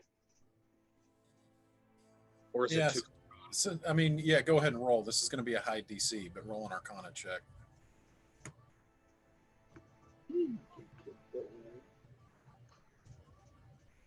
Can I use inspiration to mulligan? You can always use your inspiration mulligan if you want to. All right, because I've been holding on to that bad boy for too long. I need to finally use it. Remember that training fight where we all burnt our inspiration? 19. So 19's pretty good. Things like spiders are very common in the Feywild, so it doesn't seem like there's anything unusual there. But then when he tells you that they were aberrations, that seems completely out of place, because for the most part the Feywild is inhabited completely by Fey beasts and monstrosities. Aberrations don't have much of a place there any more than they do in the Prime. Xanthion, when you say aberration, are you meaning like an actual aberration from the far realm, or are you meaning just spider-like in appearance but key differences? They were spider and scorpion-like, but when I tell you they were aberrations, I could do this thing where I can look at something and know certain things that'll help me in a fight. I don't know. It's kind of hard to describe. I just kind of get the sense of what they are. And yes, just to clarify, Logan, yes, these were actual aberration creature types, meaning that whatever they were not natural to the world that you were in. But would Xanthion have known that they weren't natural? Well, that's what aberration means. So if this ability gives I did Hunter Sense them, so yeah. So since you Hunter Sense them and Hunter Sense gives you their creature type, it only stands to reason that you're going to get a little bit of info, knowledge about what that creature type entails. And aberrations, primarily, I won't even say primarily, they are known to be strongly associated with a realm outside of the known multiverse, but there are also aberrations that exist in the quote-unquote natural world that just have a bizarre otherworldly origin. So you have no idea if these were literally from another world and brought into this world, or created in this world through bizarre otherworldly magic. Aberrations could come about either way. You just know that it was unnatural. We asked Scott And then if y'all could join my world. It would be on the friend screen. And then as soon as like me and my mentor started killing some of these aberrations, one just ran off. I don't know where he went, but one jumped into this whirlpool that led to like this ether, and these like tentacle vine things were coming out of it. Kitty. So with the 19, because we got to the spider things, probably nothing with the babies, right? You basically what you said is correct. This sounds something more infernal or abyssal than Fey. You've never heard of anything that meets this description. And then the whirlpool with tentacles. Yeah, I mean, there are known to be, the Feywild is known to be an area of portals. It's known to be of the parallel planes to the prime. It is by far the easiest one to move between the two. So a portal like that is not unusual, but seeing it with bizarre growth around it would be a little unusual. Xanthion, and all of this had to do with Maloff, right? Yeah, and that kind of leads into the next chamber we entered. We entered this chamber that was lined with coffins, stone coffins, and they were all shattered open. And then, but there was this one in the center that was like slid gently open, like it was purposefully not destroyed. And that was the room with the screaming babies. But me and Leaf were hiding, and we saw Emma's old familiar show up and just basically get destroyed by this creature that came out from behind what I assume is Maloff. I didn't get to see his face, and to be frank, I don't actually know what he looks like. Does Emma hear any of this, or is she too far off? You are downstairs in the kitchen helping prepare food, and they are upstairs in. Okay, I didn't know they were upstairs. Okay. Just, of course, just keep track of everything that's being said, because if this conversation ever comes up between other characters, we're just gonna snap it and say you get filled in on everything you've heard. So. Yeah. Oh, just for brevity's sake, he would have explained who Leaf is. He would have explained who creepy pop up in my room at night guy is. Yes. Okay. I mean, I don't know that much about him, so. So, Xanthion, have you ever considered the possibility that Maloff might be reaching? It sounds, considering how easy it is for people to fall in and out of the Feywild, it's not out of the realm of possibility that other planes of existence are melding or bleeding through. Maloff might be getting help from somewhere else. That's what they think too. But I'm not necessarily falling into the Feywild. They're purposefully bringing me there. No, Xanthion, it's a turn of phrase. It's very easy. It's very easy to transport someone in and out of, or even accidentally fall in. In your case, someone transported. But it's different as opposed to like you trying to enter Avernus, the first level of the Nine Hells. That takes a lot of doing. Or Mount Celestia. It's possible that Maloff is seeking outside help. When you said something about these babies, the screaming babies, that sounds like something directly out of the Hells. And if Maloff has allied himself with a greater devil, then we are in the center of the shitstorm. Yeah, that creature that came up from behind him, it was it had what looked like could be a head, but it didn't have any features, and it didn't really have limbs until it kind of just wandered. It was bipedal until it wandered down to the sprite, and then it sprouted like many arms that just led to claws. And then I just watched as it repeatedly killed Emma Sprite until it basically reset. So this creature, would you describe it as amorphous blobular flesh, or was it amorphous blobular energy that manifested what looked like flesh? Xanthion would say flesh, but I honestly couldn't tell you either way. It looked like flesh. Yeah, it looked solid the entire time. You just noticed that these extra limbs that it's essentially sprouted just kind of appeared out of nowhere from around the sides of it. Yeah. And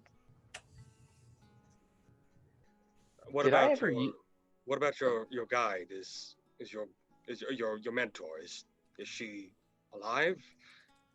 She is. She can communicate with me in some way. I'm not sure how, through this symbol on my arm. At this point, I assume Xanthion would be done cleaning up and could just walk out and show him the. Yeah, that's entirely up to you guys. Yeah. Nope, he's Has stark to. naked, just pops out. Oh God. Yeah. Just Oh, God. shows you- Dude, he was and- raised by druids. That would be par for the course for him. So Xanthion comes out dressed or naked? Maybe wrapped in a towel, just. And then I just show you the tattoo on my arm. Is it still glowing, or No, would that the stop? glow has faded. It took most of the walk across the way to the temple for it to fade completely, and there was like this weird sparkling green flicker across the tattoo the entire time as it slowly faded, but it has completely faded to just green ink now. So Xanthion comes out of nothing but a towel. You notice Felix go, oh, your arm. Oh, that is strange.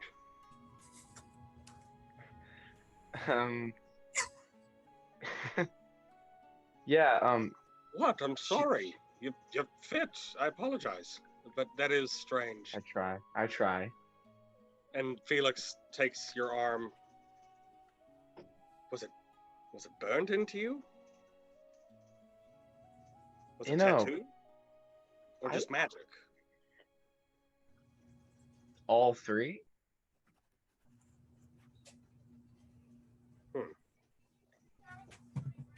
Yeah. That's a valuable tool. Is it She is it hasn't- one way, or can you communicate with her? It's very brief. I can communicate with her a little bit. I think. I don't know if she heard me or not. She didn't acknowledge anything I said. So she initiated contact with you, and you tried to respond. Yeah. Okay. I wouldn't know how to. Would Felix be able to recognize that premise of magic, not necessarily the exact spell that was cast or anything, but like the idea of it? What is your passive arcana? Passive arcana would be a +4. So It is 14. 14 proficient. With a passive arcana of 14, it sounds exactly like a sending spell, which can, with minor chance of failure, transcend from one plane to another. That's what it sounds like.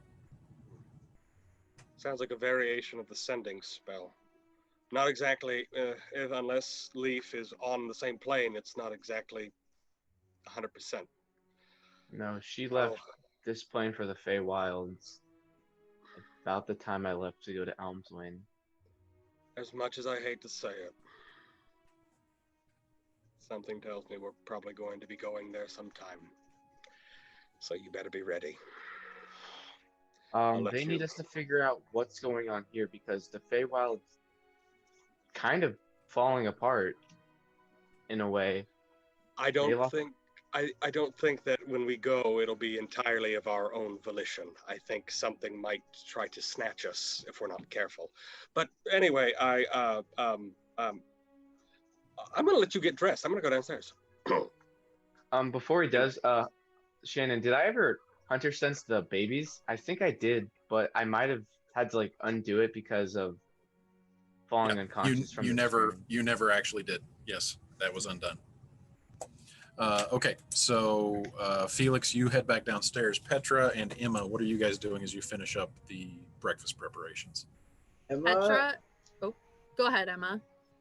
Emma she has made basically an entirely vegetarian meal and enough for probably the same amount of whatever Petra's cooking, Okay. just enough to split it among everybody. Okay. Damn, Emma, you're a master chef. She was on that show with Gordon Ramsay. You didn't see it? It's basically a, She it's was basically in a the salad. He was the Feywild runner-up. She was in the Feywild for a while. Petra is plating a bunch of bowls onto a tray so she can bring them out to everybody. I thought you said like bowls. Like you're just putting bowls on plates. I was like, what? That's it. That's all we get for breakfast. Better than human Just a flesh. whole apparently. bowl. Is dishes. Okay, Keep going, so everybody. Yeah, someone has to catch Xanthion up on that Crunchy. human flesh thing, by the way. so you guys come downstairs. Felix comes downstairs.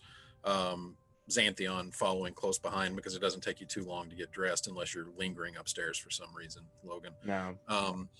Around the same time you come downstairs, you notice Salome sitting with Foss, pointing things out on a map of the Amber Vale, and Foss taking notes and drawing his own version on the back of a piece of paper. When Emma and Petra come out from the kitchen and start serving up plates of food that look quite tasty. Petra says, "All right, everybody, here's some fresh turtle soup."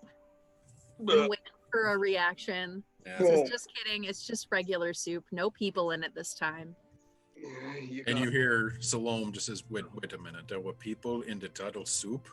There were Salome, people in the turtle soup. Surprise! let's talk about that after lunch, shall we?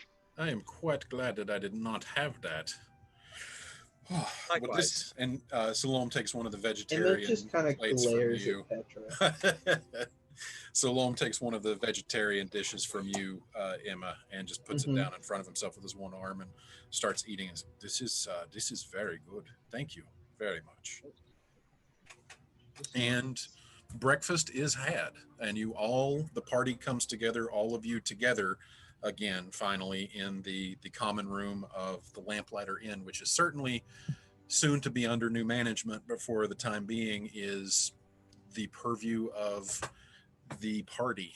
Can we buy the Lamplighter Inn and have it be our base of operations? Petra has Yeah. plenty of money. What's up? Yeah.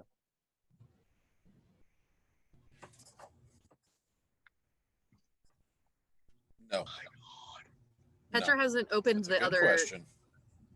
the other money box yet, though. No, she did not find in the personal coffers of Natalie Grigoric, did not come across the deed to the building. Damn. We know where. I mean, do we know where the is it- house is where she lived at? Like, is it common practice to keep the deed on hand, or is there like a registrar's office of the Three Kingdoms? Typically speaking, City Hall. deeds of sale and proof of ownership is held by the bailiff or one of the bailiff's associates in a town, because all of that is overseen. Now, being outside of Trirexia, you guys are officially in the Amber Vale, so procedure here might be different, but those of you who have lived in Trirexia the majority of your life know that ownership is established as one of the functions of the office of the established bailiff of a township or city. Sure, Petra could flirt with someone enough and get the deed. I think Did you say get the deed or did you say do? What were you saying? Get, Both. Oh, get the deed. Okay, got it. Both. Let's be real. Yes. but I mean, if that's what it takes, Petra will do the deed to get the deed anyway. Whatever. Do to Whatever get. it takes. Sleeves, taking one for the team, guys. D2G. Do to get. Okay. I think Emma is gonna go upstairs and sit down and separate out the dirt and all the stuff in her bag, and then also count the freaking pile of money she got. Okay. Can Xanthion go talk to Emma Oh, in private? And what? Xanthion wants to go talk to Emma in private. So you Sure. see her walking upstairs. Okay. I So yeah. Keep following. Before Alright, Petra fine. or And she before just sits Emma, down on the floor. Oh, sorry. Go ahead. my bad. Before Emma disappears, Petra says, "Don't you go wandering off now. I'm done looking for you." I'm just going upstairs. It's my job again. Mm-hmm. It's And Xanadu's Emma. job. wonderfully So, done. Wonderfully done with the Xanthion's- vegetarian option. Thank you very much. Mhm. I like Petra's dish. It's all Yeah. vegetarian. Petra made vegetarian dishes too because she didn't want to touch any of that shit. Oh, I didn't realize It's all vegetarian. We're all Everything's vegetarians now. Soup is delicious too. Also, Aaron and Isaac, we are going to say that based on where Foss and Salome were sitting as they were having the conversation. They were close enough to the door of the kitchen that you overheard everything they were talking about. So you are now aware of why Salome lost his arm, what he was looking for, and all of that stuff. Okay. Beautiful. So your characters are in the know, as is Morlo, as is Natari. Just because they were not trying to be stealthy at all about that. Mm-hmm. Once Petra's done serving food, she'll go sit down with Foss and Salome, and yeah. And he just says, just thank you very much for the hospitality. I don't mean to be so forthright, but I'm not going to sugarcoat it. Is there any way that I could convince you to go and explore this cave for me? It would. You had me at cave, honey. Now I am well aware, having spent some time adventuring in my younger days, to know that primarily it is of a financial incentive for people such as yourself, and I do not mean that with any disrespect, just understanding that this is a business arrangement. I feel like I should tell you, I am not wealthy by any means. Oh, don't worry, I am. We don't need any money from you. Oh. It's okay. Well, if you already have my vote. Well, if your Tabaxi friend speaks for all of you. Oh, I always do. Then I would. Even without our permission, It's Petra in the back. Anthony's not even here. Mm-hmm. I have my motivations. Money is not one of them. So you have my vote. You have her vote. Boss, what say you? Well, this is going to be dangerous, and I believe you all will die if I don't go with you. I'm going. Honestly, up until the very end of that sentence, I still had no idea if Foss was saying yes or no. I think you all will die, so I'm staying here. Felix looks over to Morlo. Morlo, what say you?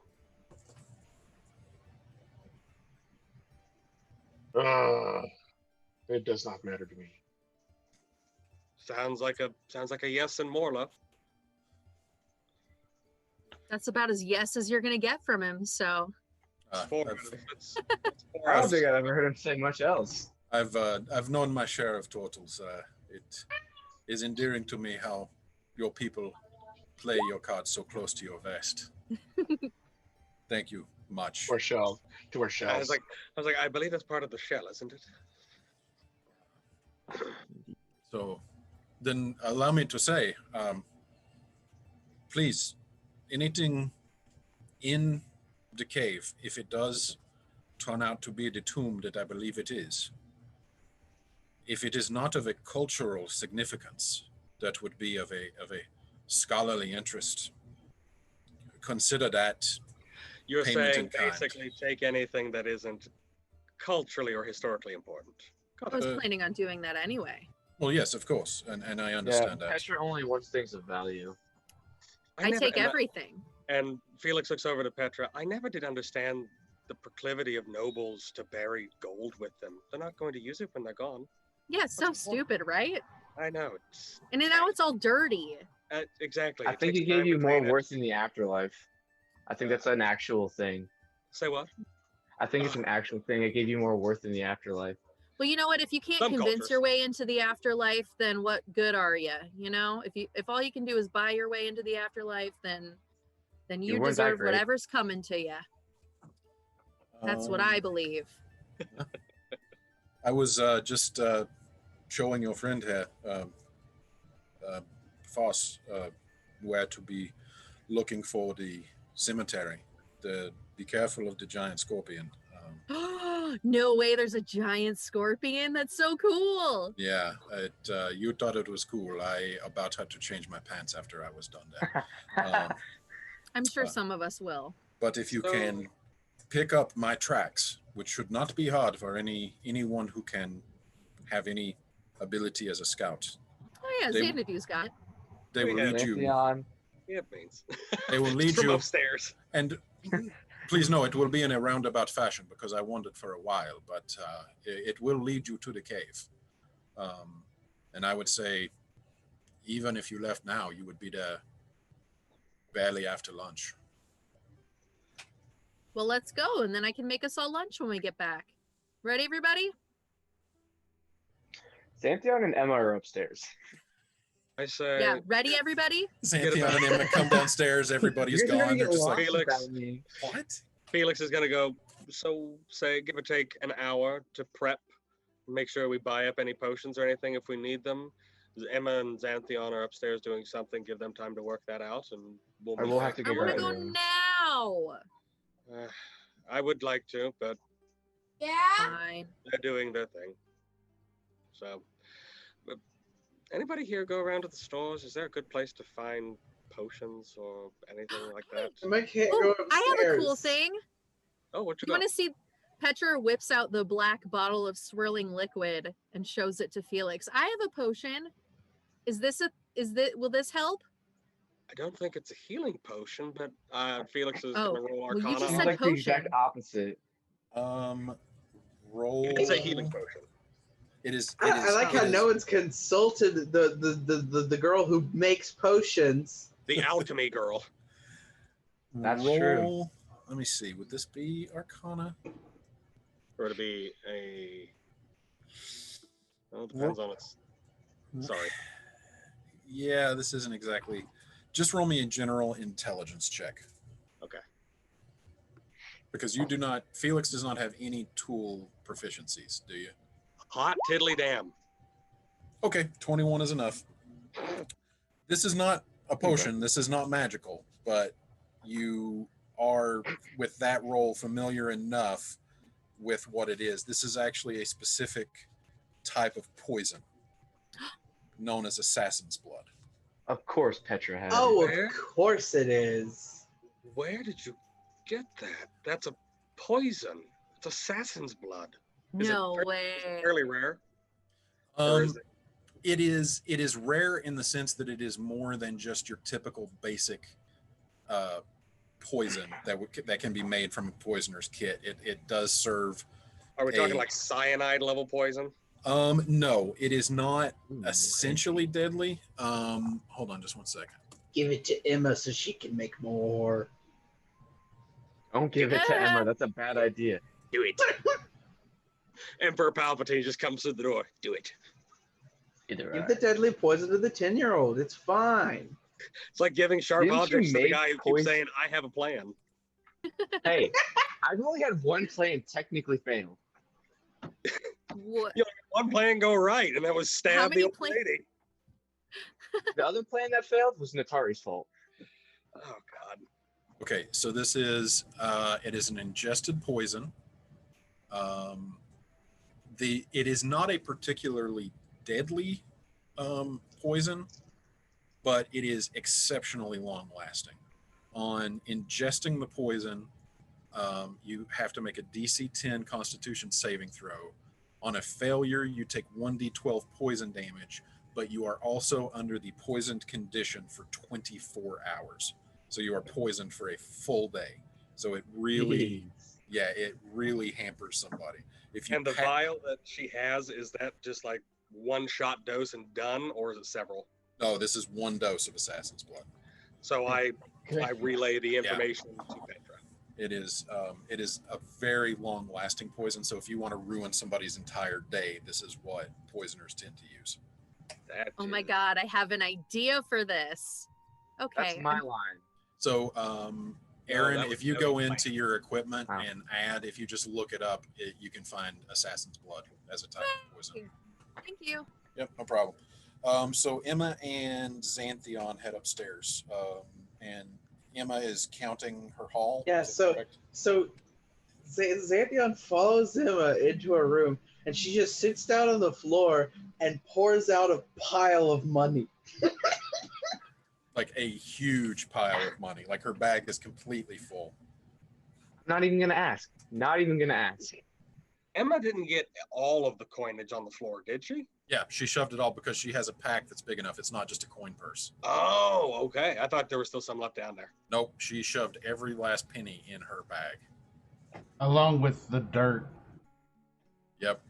No, Tinky brought the dirt because he's an asshole. Because she asked him to get herbs. hate Tinky so much. Xanthion just kind of looks at Emma and is like, "Do you like know Maloff before he became your patron?"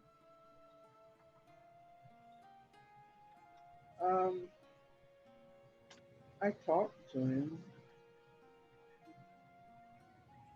Why? I've talked to him. I assume that's who I talked to. This is while she's counting out coins. He tried to kill me, and I didn't technically do anything to like deserve it yet. But he already knew who I. He knew a lot about me before I even told him anything. I think he killed my mom. I don't know the answer to that. But but I think you're helping him become more powerful. I can't. I don't know what to do. How am I supposed to? I draw on the power he offers when I have to. I try not to, but Yeah, I get. I'm just saying, I think he only offers you the powers that benefit him. Like when Tinky showed up. That was purely to benefit him. And after Tinky messed up and did something he didn't like, he got rid of Tinky and, from what I saw, kind of reset him.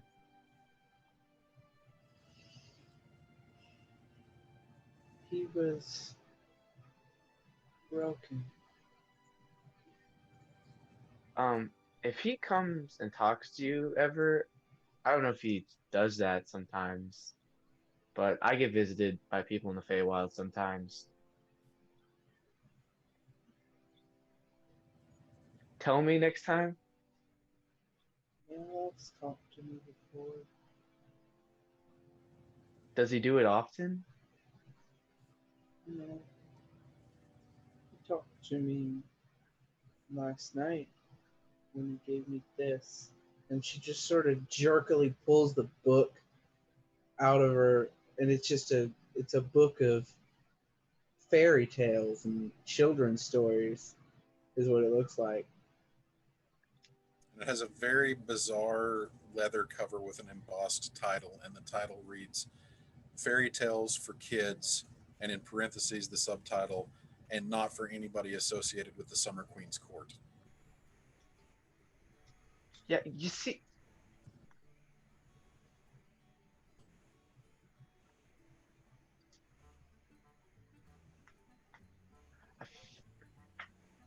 I feel like he's trying to lead you somewhere.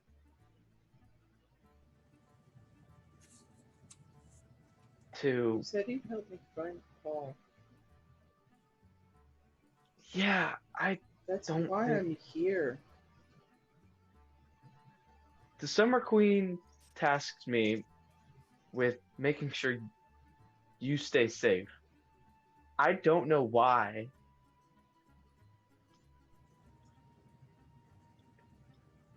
But I don't think you should listen to him anymore.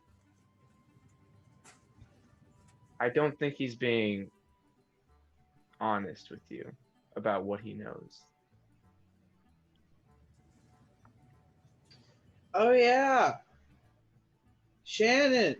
Yeah. You never gave me a straight answer. Can fairies lie?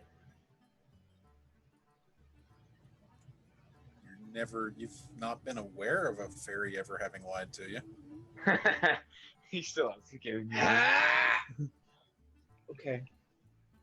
Like you've never caught a fey creature in a lie before, so either they don't or they're exceptionally good at it.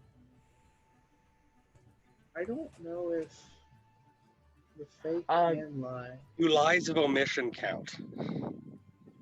Oh no, Shan- no, they do not. It's Fae. They're all about their technicalities. Emma, can I see the book? And then I You're kind of like reach associated for it. with the summer court. It might hurt you. Interestingly enough, this was not the title that it was when you found it last night. Oh yeah. It was different. Where are you going? It was shoot, I forget what it was.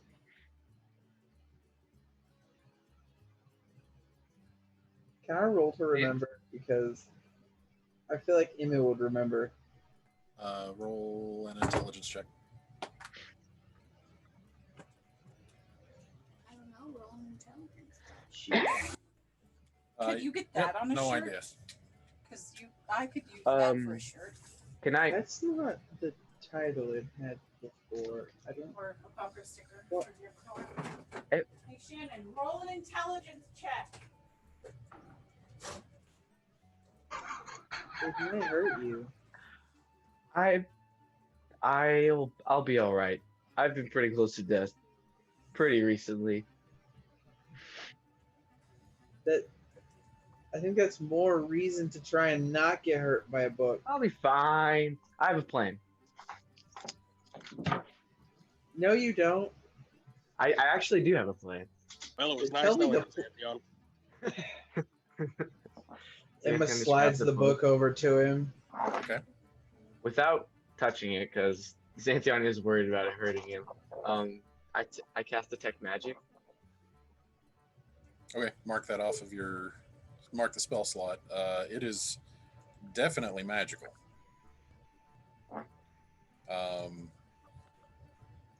Radiating pretty strong conjuration and enchantment.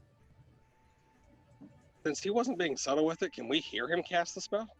Well, he's upstairs by himself. Well, I mean, he's upstairs with Emma. So, I mean, he's not shouting. You don't exactly shout the verbal components of the spell. I wouldn't put it past Xanthion. What? Dude, please go and see what she needs. You just screamed over my thing. Perfect timing, though. Yeah, for real. Dude. So, I'm in- yeah, sure. Roll a perception check, Felix. I'm going to set a relatively high DC on this just because you'd be hearing it from upstairs while there is conversation being had downstairs. While he's doing that, Xanthion opens the book. But you said you were gonna touch it. Yeah, I changed my mind. Nope. Yeah, 11. No, you're lost in conversation with the group downstairs. Yeah, what's up? Oh, cool. All right. Ask who? Ask what? Do they know that what you feed a butterfly? You guys have any idea what you feed a newly hatched butterfly? I would think sugar water. Butterfly? Yeah, sugar What kind water. of butterfly? They shouldn't monarch. need to eat. They shouldn't need to eat until they can fly away. Okay. I would Alright. put sugar water in there just when in did case, though. When did it emerge out of the chrysalis? Just today. Oh yeah, it'll be. You could probably let it go tomorrow morning or something. Waiting for Dad All to right. tell. Yeah, we did that last year with Miss Erin. All right, we're going to go release a butterfly. Take 5, everybody. Yay! Thank you, Five. Okay, give Mix video of it. Hold on, Shannon. Yes. Mix 1 part sugar water to 4 parts warm water. Okay. Allow the sugar to fully dissolve You tell. and saturate a Tell tissue Raphael. or paper towel with the solution and gently place All the right. butterfly on the towel. Got it. Thank you. Be back in 5. All right. Thank you, Five. Five. 5. Fuck yourself, 5. Go fuck yourself, Five. Fuck yourself, 5. I thought it was go fuck yourself places. It was. It is, but it's It's shame. all of it now. As we say in the theater world, go fuck yourself. Yeah. Oh boy. How How's Abington I'm schooling fully- going? Oh, go ahead, We Logan. are, yeah. Kennedy can tell you. He knows more than I do. Joyful. I haven't got the call from IDPH, so we're all right. But yeah, so we don't know how many. We just know the campuses. There were 2 campuses affected, not infected.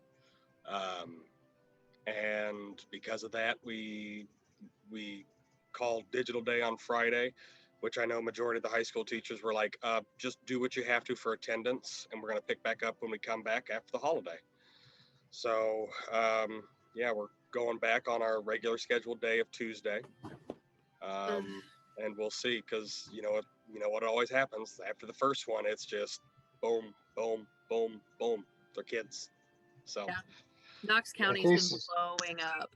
Yeah, I think there were 45 cases I've been Just- monitoring today. the past couple weeks. Yeah, it's been like 40, then 47, then like 41, then 70. 67, and I'm then pretty sure. it's still in the 40s consistently, pretty much.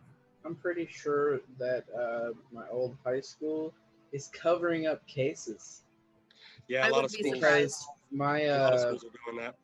my girlfriend's brother got it.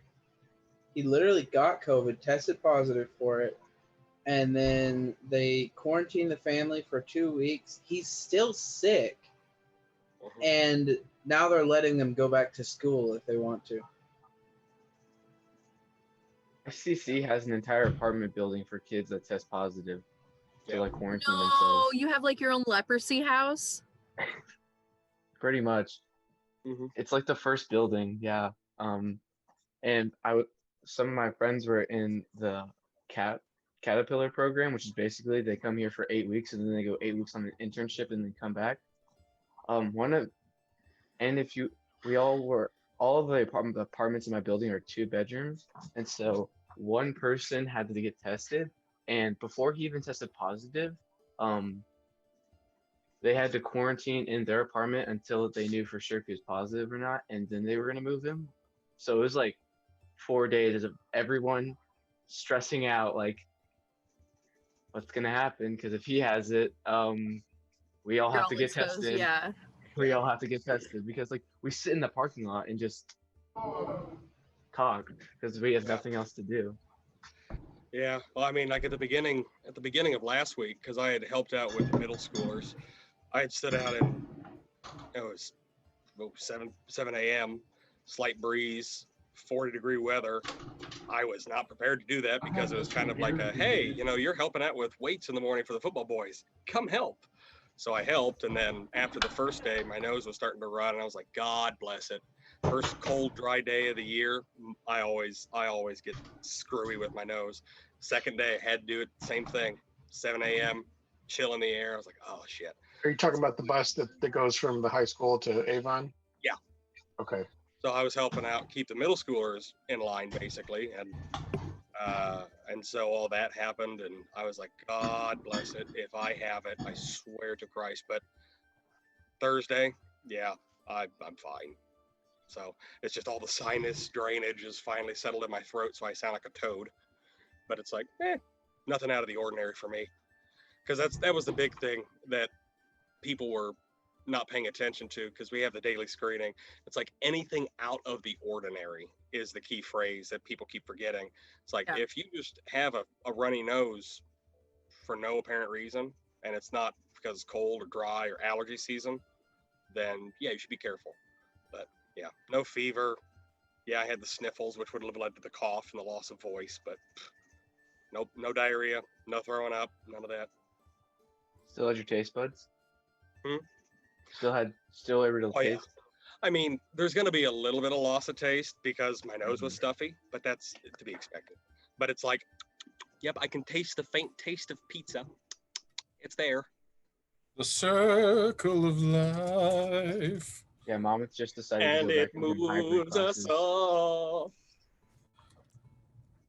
All right. So, Xanthion opens the book. Does that can just say beer? no, it says Riggs Beer Company American Lager. Oh, Riggs. Okay. That's awesome. No, our session like Covered. 2 weeks ago was brought to you by beer. Remember? Yep. The 2 sessions ago, not 2 weeks. Is that when Ben just kept? He was hammering him. I was gonna make a sponsorship joke, but then I remember we're streaming on Twitch, and that's probably not a good idea. Probably not. Let's not do that. Not like anybody's watching. So anyway, Yeah. so yeah, you open the book. Looks like a book of fairy tales, illustrated. Do I see any like things suspicious about them, or Roll an investigation check. I just imagine Xanthion just staring very intently into this illustrated book of children's stories. 15? The illustrations are a little disturbing.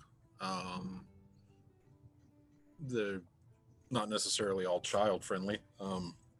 Some depictions of gratuitous violence. That basically you flip through and you find one page that kind of looks like this little like elven creature is getting vivisected, and just some depictions of torture.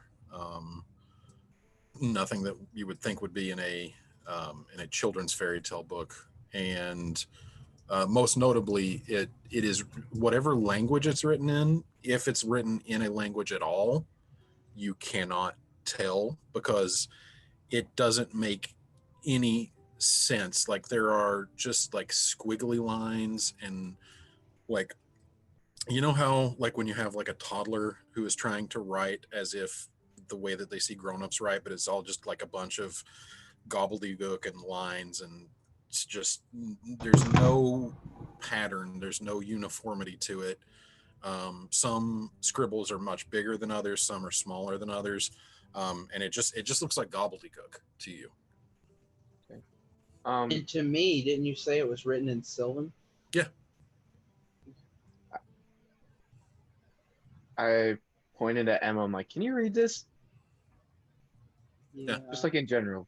Yeah, you've read this story before. This was the one about the boggle that can only make the slippery oil instead of the sticky oil. Yeah. It's about a boggle. I show her one of the pictures. I'm like, "Do these pictures look different to you than they do to me?" What do you see? I see graphic, violent pictures. Oh no, yeah, that's there. Yep. Okay.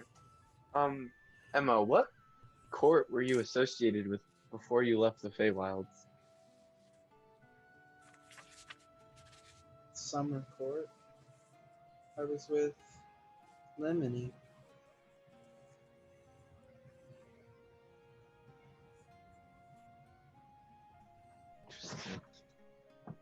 I was Mela. But I didn't really officially side with either court. You just lived in the summer court? I guess.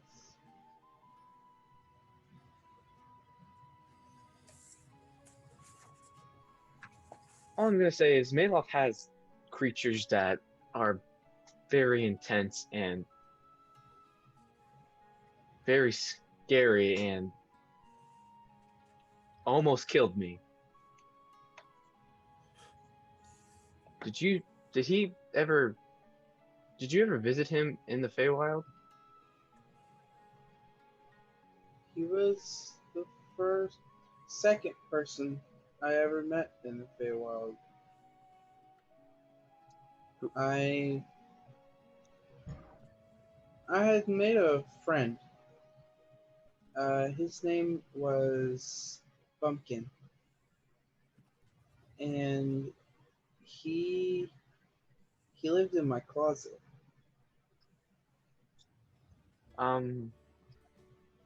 And one day, and Emma sort of points.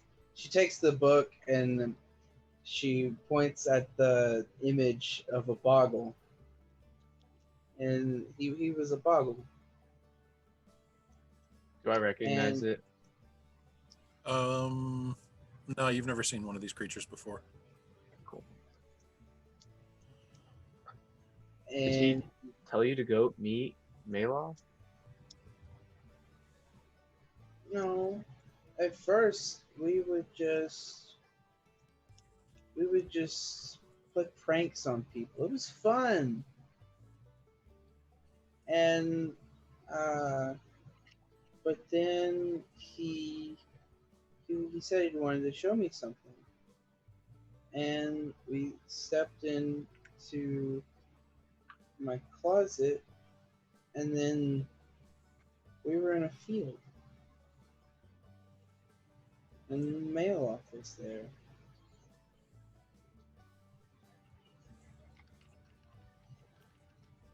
And I talked to him, and Did he have anything out of with character, him? hold on a minute, let me skim my own backstory because I'm a dumbass. But you own it, so that's okay. Yeah. In and out of character, I am, so you know. If you want to, like, go to somebody else and let me skim over some of this, because I forget the exact encounter when she first met Maloff. Okay. And we can backfill all of this by just sharing some backstory information. I will say, as this conversation is going on at this point, you have completed counting your haul from the secret area downstairs, and you count out 2,298 copper pieces. Hold on. 2,298 copper. 1,002 silver pieces. Okay. And 60 gold pieces. The richest one among us is a kid. Is there a bank somewhere? Petra found way more money than that in. No, total. This is like almost 200 gold. Mm-hmm.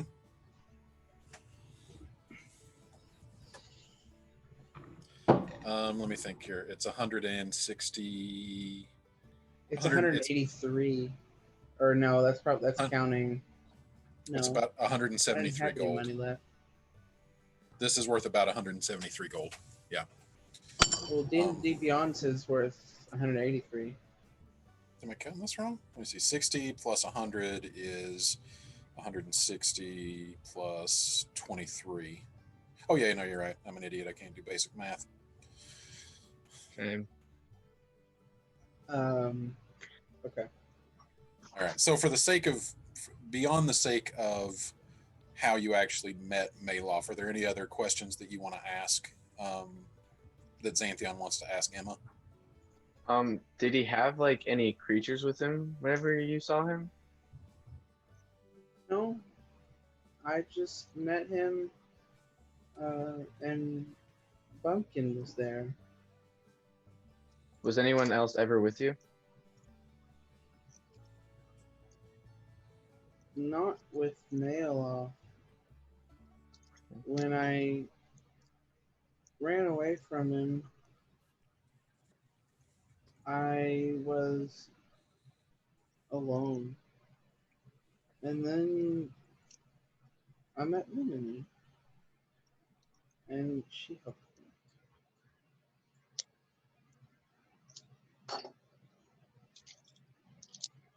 Oh, I can't find it. There it is.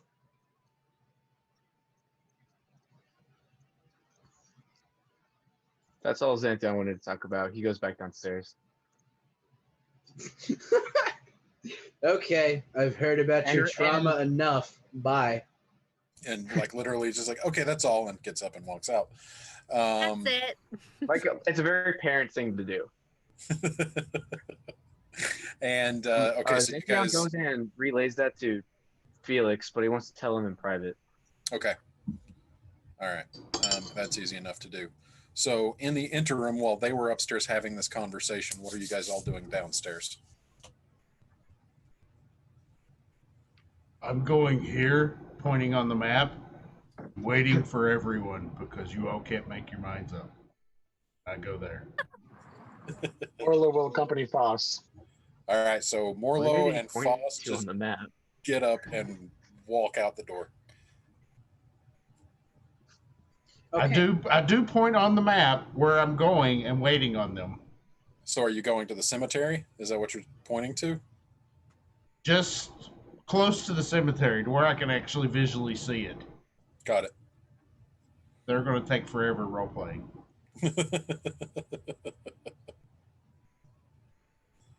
All right. Do you say Felix will go anything with. as you leave? You just point at the map without a word and leave?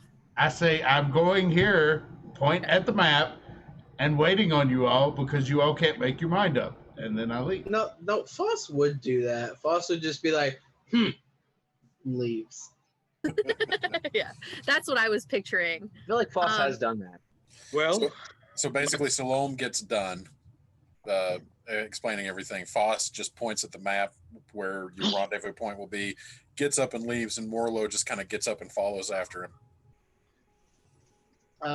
Rewinding back to when Emma was telling about her first encounter with Maloff.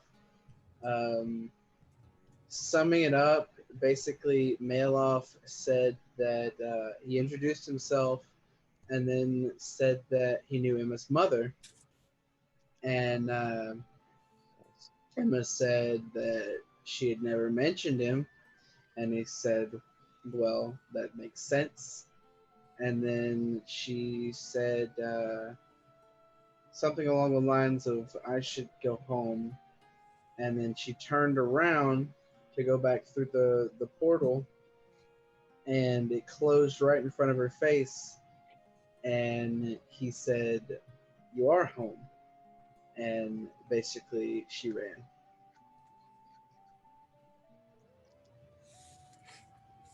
Okay. Xanthion walks downstairs Yep. and tells Felix, hi. What? Xanthion relays everything Emma said to him to you. All right. So for the sake of brevity, you are now filled in on everything that Emma just said. That's a lot, Xanthion. Let me I need some time to process all of that. But thank you. I appreciate it. We've currently got a Dragonborn and a Turtle who have fucked off. So I yell upstairs, Emma, we're leaving. all right, Pedro, looks like we're going now. Hi-ho. Emma gathers up the gold. Is there like a bank or somewhere she can exchange some of this for higher coins? Yeah. Petra's got a bank in her pocket. Yeah, I mean, That's we can true. say That's kind of true. there is, I mean, we can say that there is enough commerce in this town that you can change out coin without too much problem. Hey, Petra. Roadie sodies? Roadie Then sody. on the way, Emma's gonna change out coin on, and so she's just hold on. Let me get the exact numbers. Gonna do, you better be joining us. Felix is going to Roadie bag a sodies. bottle of wine. Roadie sodies. Cheers. All right. So, Emma, you hear from downstairs Xanthion's voice shouting up and saying, we're leaving. Okay. Yeah, I'm gonna go with them. Okay. And on the way, stop to exchange currency if I Yeah, can. that's easy enough to do. It takes just a few minutes to trade out. So if there's any exchanging of currency that you guys want to do on your character sheets, changing up smaller coin to larger coin at the correct exchange rate of 10 silver to a gold, 10 copper to a silver, et cetera, feel free to do so. We won't spend time on that. So you guys basically, with a turtle and a dragonborn far in the lead, but not so far ahead that you don't see them, just continue on out of Sheridan, I suppose, unless there's anything anybody wants to do before leaving the town limits.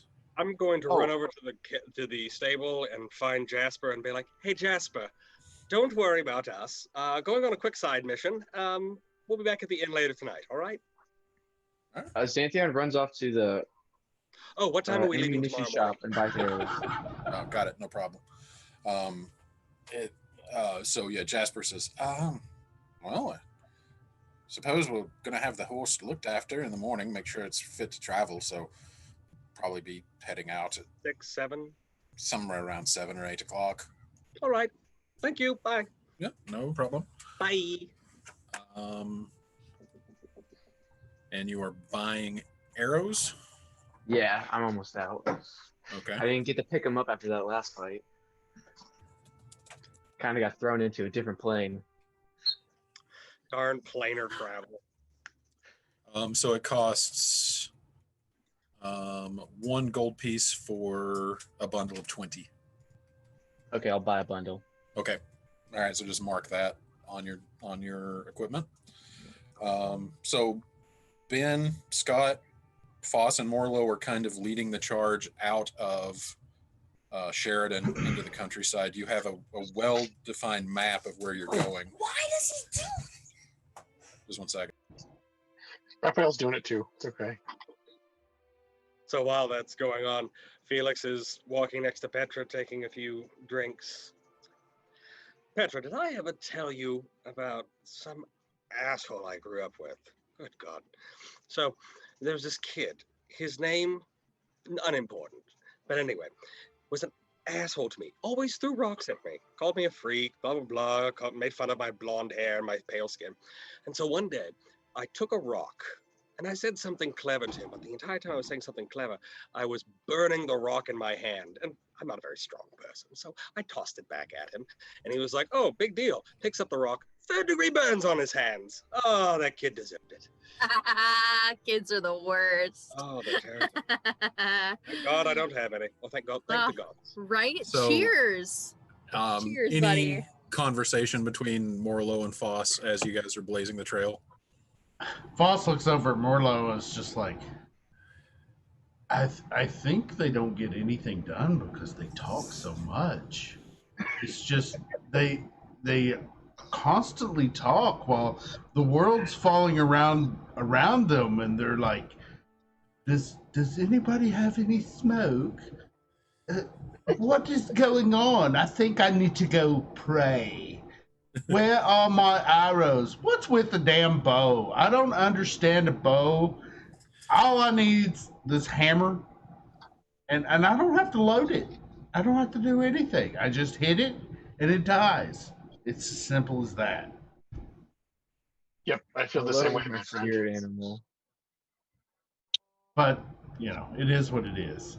And I have to say, if Felix casts one more damn spell at me, he's going to feel my hammer. It's going to hurt. I don't want no more spells cast at me. My mother used to do that, and he is not doing it either. No. I say no. Let's go kill a scorpion. But I could have swore he said it was a centipede. But I don't know. It's going to die today. Beware the giant graveyard-dwelling squirrel. Oh. I just like how over the course of that rant, Foss just transitioned from a gruff barbarian to somebody from the West End who was popular with the nightlife in London. That was just weird. But I'm into it. Don't get me wrong. You just by the end of it, you sounded like a roadie for George Michael. So, you know, whatever. Yeah. Foss was trying to take on the persona of Felix, and it wasn't working. Shannon, do I have to... No, it totally worked. I think it worked a little too well. It worked perfectly. Yeah. So the whole time that we're at the back here, Scott's trying to say something. What'd you say, Scott? Sorry. Do I need to move my character token out of the map? No, that's okay. I'm actually about to switch maps. So okay, all right, just checking.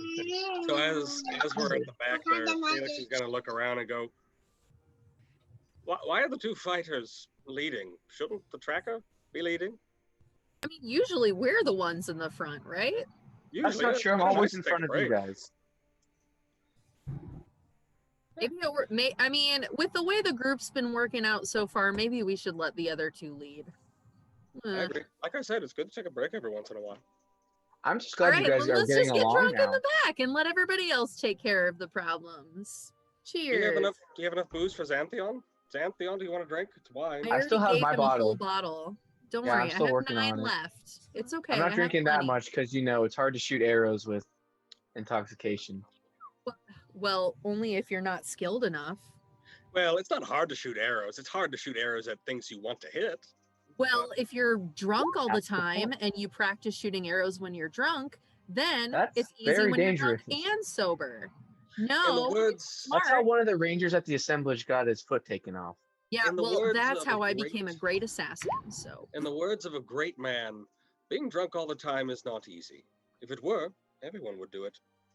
exactly, I am a trailblazer. So screw you, Xanadu. Xantheon. Okay, screw you, Xantheon. Oh, how I've missed that. I'm impressed. Yeah, when I left, you guys were not on great terms. I would like to point that out. Oh, wow, way to drudge that one back up, Xantheon.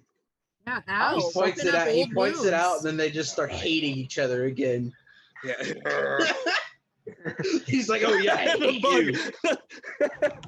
The bug that just Well, spawned. yeah, way to rip open an old wound, buddy. That was finally scabbing over, but I guess we're gonna address this again, aren't we? I've only been gone for an hour.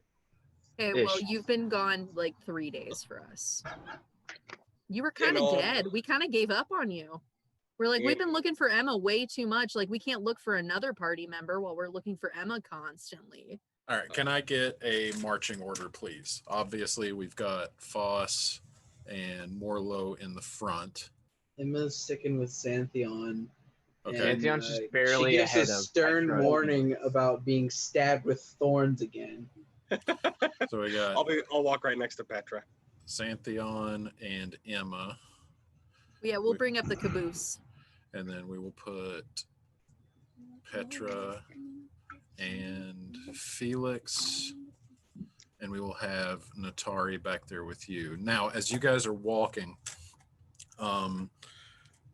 we'll say that Foss and Morlo are probably half a mile to a mile ahead of you. Do you guys want to make pace to try to catch up with them, or are you just going to rendezvous at the point that Foss specified on the map? So it's either maintain or catch up, right? Correct. Um, I mean, unless you want to wait and let them get more distance ahead of you, but yeah. Xantheon, what do you want to do? Do you want to I could catch up to them? I could probably get us up to them. We're just gonna have to pick it up a little bit. I mean, they're both Well, they're I understand leaving that. relatively large tracks behind, so it's not going to be hard to find them. You're not wrong. So, I mean, Petra could probably do this. Emma, do you want to catch up to those two, or do you want to keep up the pace we're going? I'm fine. I'm fine where I am. Where we are. Well, Petra, what do you want to do? Do you want to quicken the pace to catch up to those two, or do you just want to hold steady? Oh, did we fall behind? Yeah, we're like a half mile away, aren't we? Right? Mhm. Let's go get him. Petra just starts skipping ahead. All Okay. right. Tally her, let's go. Now, for the sake of this, even though you guys are basically divided into two with like a scout party up ahead with Morlo and Foss, and then the rest of you bringing up the rear, both Foss and Felix have the location of the cemetery specified on your maps. So while you do lose sight of each other from time to time, you guys are able to catch up because you are heading in the same direction and rendezvous with each other before you get to the point that Foss had specified. So Morlo and Foss, you guys do hear them coming up on you from behind, and you guys do bring the whole party back together. You are off any given road, but with the farmsteads of the Amber Vale, there is enough back and forth foot traffic in and out of Sheridan from farms that are off the beaten path that it's not hard to pick up trails that have been beaten, and then those will go by the wayside and you kind of have to hoof it on your own for a while, and then you'll pick up another trail. And you do see several farmhouses in the distance and several grazing livestock throughout the way. And you walk for probably most of the morning. It is getting closer to midday, but you feel very certain with the combined survival skills of this group that you are on task, on proper heading. And within about 2 hours, give or take, from setting out from the Lamplighter Inn, as Salome specified, you do see what looks to be a very old, very rundown, very decrepit cemetery up in the distance. Lined with, sorry, go ahead. Before they get to us and I can see the cemetery, I want to look over at Morlo and be like, huh, they're like children. Once the parents leave, they're like, wait for us, wait for us. There they come. You see them? I can hear them. Yeah, they're loud. I like Sassy Foss. Sassy I think Foss is best Foss. I think that's part of our problem. All right. So you guys reconvene together as the party and see this cemetery up in the distance. Very old, very run down. You guys are probably 300, 400 feet away from it at this point, just enough to get line of sight on it, but you can tell that it is lined with what at one point was a stone wall, with various columns supporting it along the way. Several sections of wall have fallen into disrepair and are just absolute reduced to rubble. So there are several areas where you can get through. Looks like in the main gate, as you are approaching, you can see that there was at one point a fence or a gate there. That looks like it too has fallen into disrepair, probably rusted off of its hinges. Several bedazzled trees have sprouted up, some in the cemetery itself, some surrounding the cemetery. The entire thing just looks forgotten. There are no farmhouses in this area. There are no signs of civilization. You do not see. Do I see any signs of where a cave might be? Roll a perception check.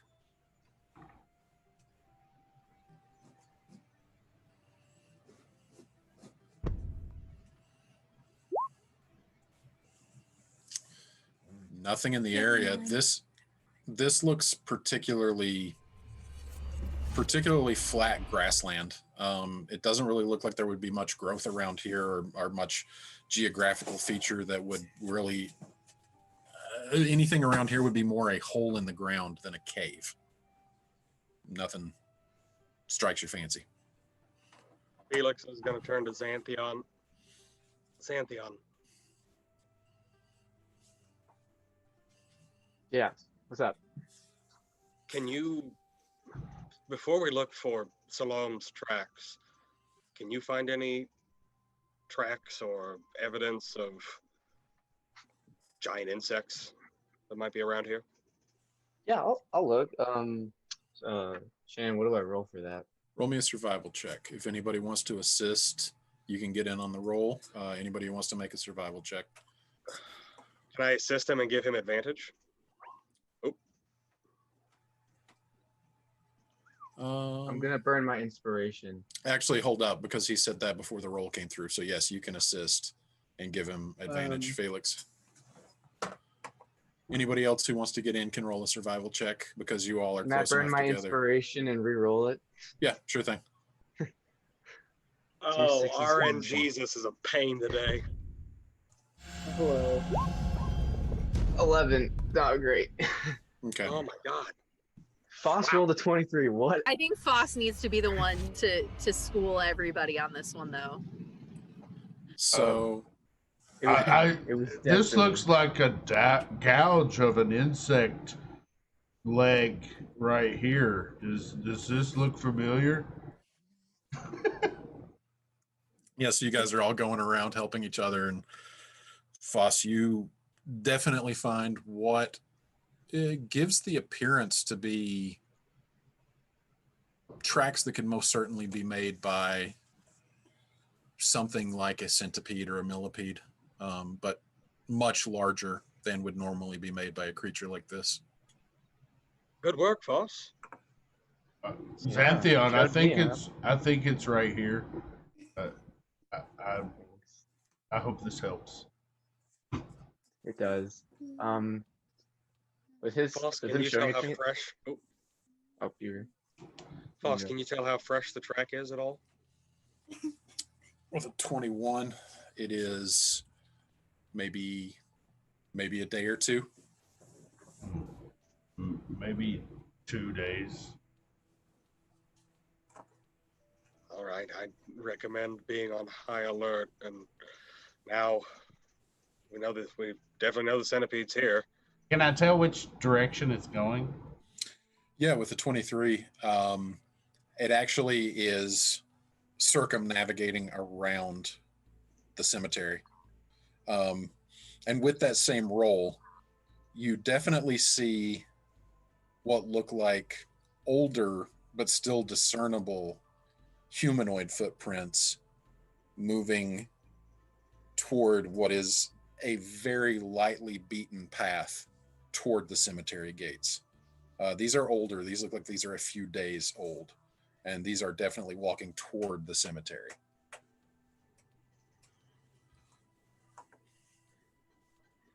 I relay this information Yeah. to everybody. Absolutely. It must be Salome's footprint. Well, that's a start, but we need to find the footprints leading away first. Because that's where he found the cave, was when he ran from the centipede. Lord. Xanthion goes and gets a closer look at the humanoid footprints to know what he's looking for. Okay. You take a moment to study them, and you get a good sense of the size of shoe, the way that the person's gait leaves prints in the earth. So yeah, you feel relatively certain with your experience as a tracker, you would know what to look for here. Foss definitely feel the same way with your roll.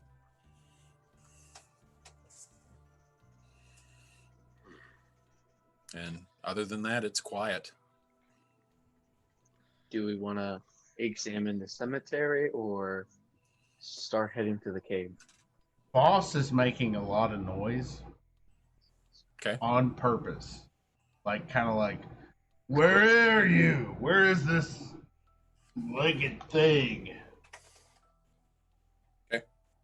Petra intervenes from Foss's noise making and says, Foss, if there's a centipede here, let's find it first before it finds us, because then we'd have an advantage. If you keep making noise, then it's going to find us first, and then we're going to be caught by surprise. And not everybody's as strong as you, dude. I'm pretty frail, buddy. I'm all fur. So, you know. I'm just trying to help find it. And I know. We'll find it, but let's us find it and then not have it find us, you know? But you do. Like, you could survive the attack, but I might not. Because I'm very sorry. I'm waiting for the bad part of this scenario. Petra decides to hold her arm out and say, hey, pet this real quick. You feel this? You feel my arm? Oh. Yeah, I'm very squishy. I'm very squishy. Now feel your arm. Are you very squishy? You're not very squishy, but I am. And I don't want to die. All right, Petra, I get it. All right. We will follow your lead on this. No, well, I didn't say that. Just no, you need to listen to me, because at the town where Felix decided to burn everything down, you got mad at everybody. So I don't want you getting mad at me here. So I'm going to do what you tell me. I'm going to shut up. No, I'm not mad. I know only you're mad not. It's because I'm shutting up. No. Ooh. No, it was. There's a bee trying to fly in my mouth right now. I'm so sorry. And I don't want to hurt it because it's a bee. It's trying to tell you to put your mask on. Right? God. Foss, the thing is, that you can go into situations and not have to worry about your safety. But people like me, non-people like me who are squishy and fluffy and fragile can't, because we're squishy and fluffy and fragile. So you don't follow my lead because I don't know what I'm doing. Just don't yell, okay? That's all I'm asking. I'm just trying to be better at communication so that the next time that I don't yell at you and you don't get hurt. Trying to be a better teammate. All right. Don't follow my lead though, for the love of God. I don't know what I'm doing. That goes for everybody. Petra turns to the rest of the group. And as you turn to the rest of the group, you realize that Felix is no longer with you. And you notice him probably at this point about, of course, 50 to 75 feet ahead of you, sneaking very quietly, very slowly toward the cemetery. I just have to say, I was just like, Felix is gonna walk away towards the cemetery, but then I was like, nah, he'll be stealthy because giant centipede. And then it's like nat 20. I was like, okay, fine. No one sees me. Yeah, I mean, dude looks like he knows what he's doing. I mean, he is quiet, low to the ground, soft footsteps, checking in front of him to make sure there's no twigs or anything. But I mean, yeah, none of you guys, and you guys tend to be very perceptive people. He has snuck a good 50 to 75 feet away from you. You know, that's the thing you should be following, not me. I'm not a captain. I'm not a leader. Go follow that weirdo. Xanthion runs up behind Felix. Well, don't run. All right. Felix doesn't see shit though. It's quiet. Cemetery. There is nothing to see. It is a very quiet, very calm cemetery in the middle of nowhere, not particularly close to anything. Xanthion, you get up beside of Felix. He is stealthing. Are you going to stealth along with him? No, that doesn't seem like something he would do. And so Felix is, so are you just passing him? No, I'm just going to walk right next to him, but not try to be stealthy about it. So Felix is like very careful, cat burglarish, sneaking along, and Xanthion just kind of stands there, lets him get a few feet ahead, and then just walks up beside him, and then waits for him to do the same. Oh my god. So we're at a cemetery right now, right? You're about. My, how I've missed you, Xanthion. I try. I really try. You're about 250 to 300 feet away from a cemetery at this point. Yes. I'm just gonna run before to we the walk cemetery. into the cemetery. Before we walk into the cemetery, I want to burn a ranger spell slot and do primal awareness and sense beasts. Ooh, primeval awareness. Tip it over to me, please, so I can see the text of the spell. Yep. I want. Oh, words. Candy. Emma's just gonna walk a little bit behind Xanthion. Your favorite terrain? If we're in my favorite terrain, it's 6 miles. No, you are. This would be considered grassland. You're in plains. Okay. So the marching order now is Felix, Xanthion, Emma behind those two. And what is Foster? Still in the back. Okay. and then it's Foss and Scott, pretty good ways behind with Petra. Okay. I'm gonna look over at Morlo and be like, they're in front now, and they're like as squishy as this furry thing. Yeah, they That's kind of okay. defeated the whole purpose of that last monologue, didn't they? So. I believe so. This is such a good team. Let's To be see fair, what you happens. did say follow Felix. True. Felix doesn't seem as squishy as everybody else, but I was just trying to be Petra in the backups. Note Felix's reaction. Doesn't seem as squishy as everyone else. Oh. Really playing that one I off think well, we I need to guess. get t-shirts. We need to get t-shirt that say Petra in the backups. my Okay. God, please. So, Emma, are you right up with Xanthion and Felix? Yeah. Okay. And how far behind are Foss, Morlo, Petra? How far behind are you guys? Well, how far did Felix get before we noticed him? 50. 70 feet. We'll say 50 to 75 feet. Well, Yeah, then give or take. I'm following and trying to keep pace, not trying to make noise to catch up. Got it. All right. So we will say that you are about 70 feet behind. Natari is with you. Morlo, are you back with Foss? Yes. Okay, got it. And then Natari is staying back with you guys as well. So we will say you're about 70 feet behind. You guys are approaching what Did I was at sense one anything point. with that? Sorry, yeah, it's within 1 mile. You get celestials, dragons, elemental, fae, fiends, and undead. Oh. That's not Within a mile. Let me see what this is. I think I have to pick one. No. Oh, no, you no, get it's the- all of them. Yeah, Oh, it's wow. any of them, you get them. It doesn't say their location or their number, but within 1 mile of you right now, there are fae, there are undead, and that's it out of the list. It does not it does not sense beasts. So you don't, I mean, it doesn't give you any sense on beasts either way. So it's no use to you there. I relay that I sense undead and fae within a mile. Emma, in response to that, is going to actually start moving a bit more cautiously and cast invisibility. So is Xanthion. He's gonna like actually start being stealthy now. Okay. So Emma and Xanthion give me stealth checks. Sweet. Do I get advantage because of invisibility? Yes. 20. Oh no,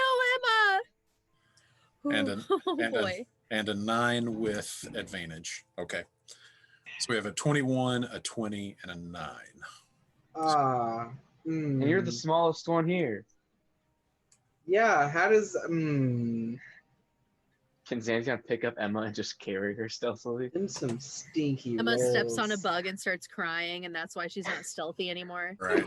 Well, I mean, and it's very much like a false sense of confidence. You are invisible. I guess so that you makes sense. You feel like you're concealed, and in so doing, you are overconfident in the fact that nobody can see you, and you Forget about maybe being are quiet. not so concerned about being silent. Yeah. But still, it's, as a group check, it's 2 successes and 1 failure. So as a whole, your group proceeds quietly. And So how far away are we from the entrance? this is my question. How close are you getting? This is your purview now. As you continue closer and closer to what is the gateway of this cemetery, how close do you want to get? I'm keeping an eye out for more of those. What was it you called them? Death lilies or something? Those Okay, flowers I got from the necromancer's place. got it. Corpse blossom. Corpse blossoms. Yeah, that's yes. it. Okay. So Felix is going to turn to be like, oh, invisibility. Duh. Emma, stay back. Xanthion, and he's going to motion towards the gate of the cemetery and get right up. Okay. While we're Felix doing is that, going to. Xanthion, Boss is I'll going to follow try Felix. to mimic them being quiet, but I'm intentionally failing. Okay. Like, Boss doesn't know how to be quiet. Okay. Got it. Xanthion readies an arrow in his bow while they approach the gate. Okay. And so, with the rest of your companions about 70 feet from you, bringing up the rear, you approach the gates of the cemetery.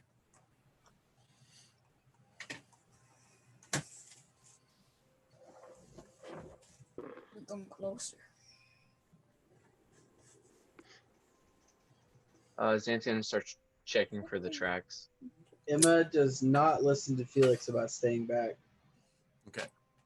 And you, yeah, you've been, I just kind of assume you have been following along with the tracks, and the tracks are clearly leading up to this gate and are doing so in a straight line with no variation. Whatever made these tracks is intentionally heading straight toward this.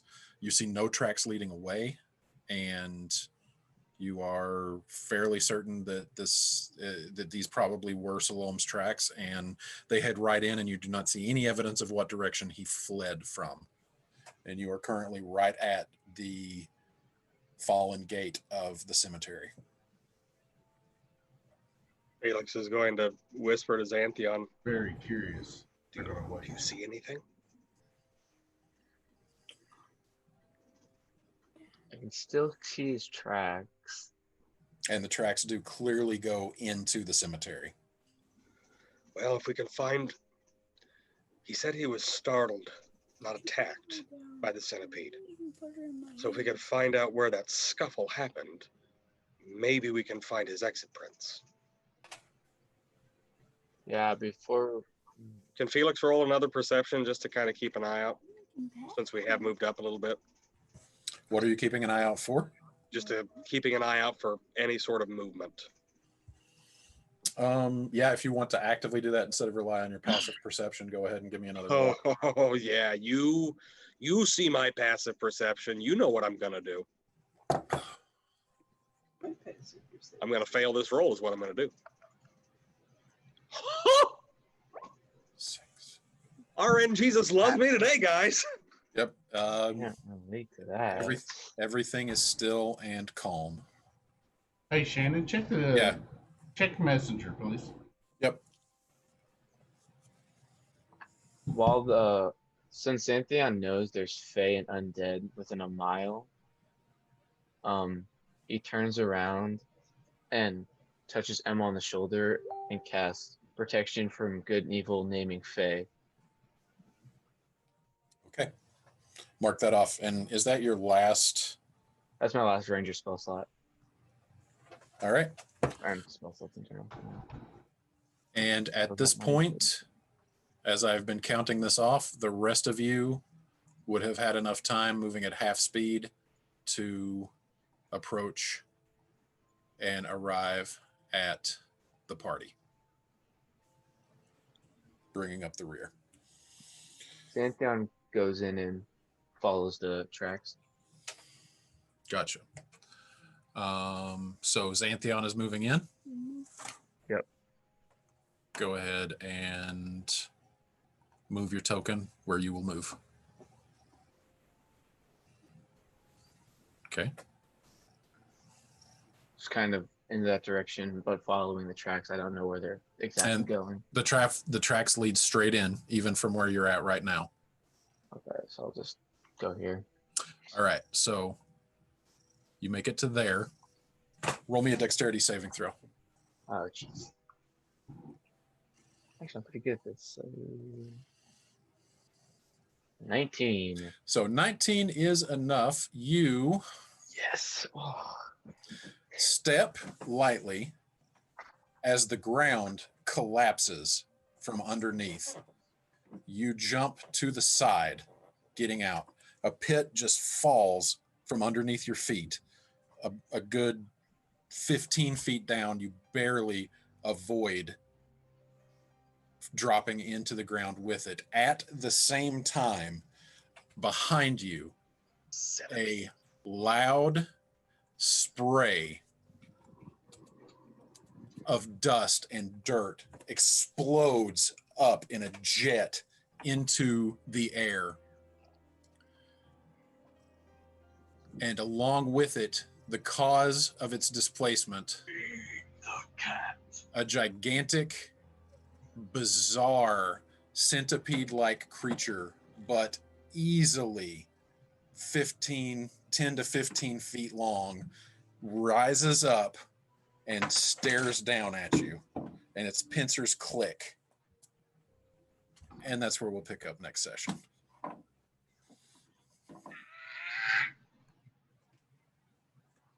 Oh my god! Pantheon's Do I see always any doing corpse this. flowers?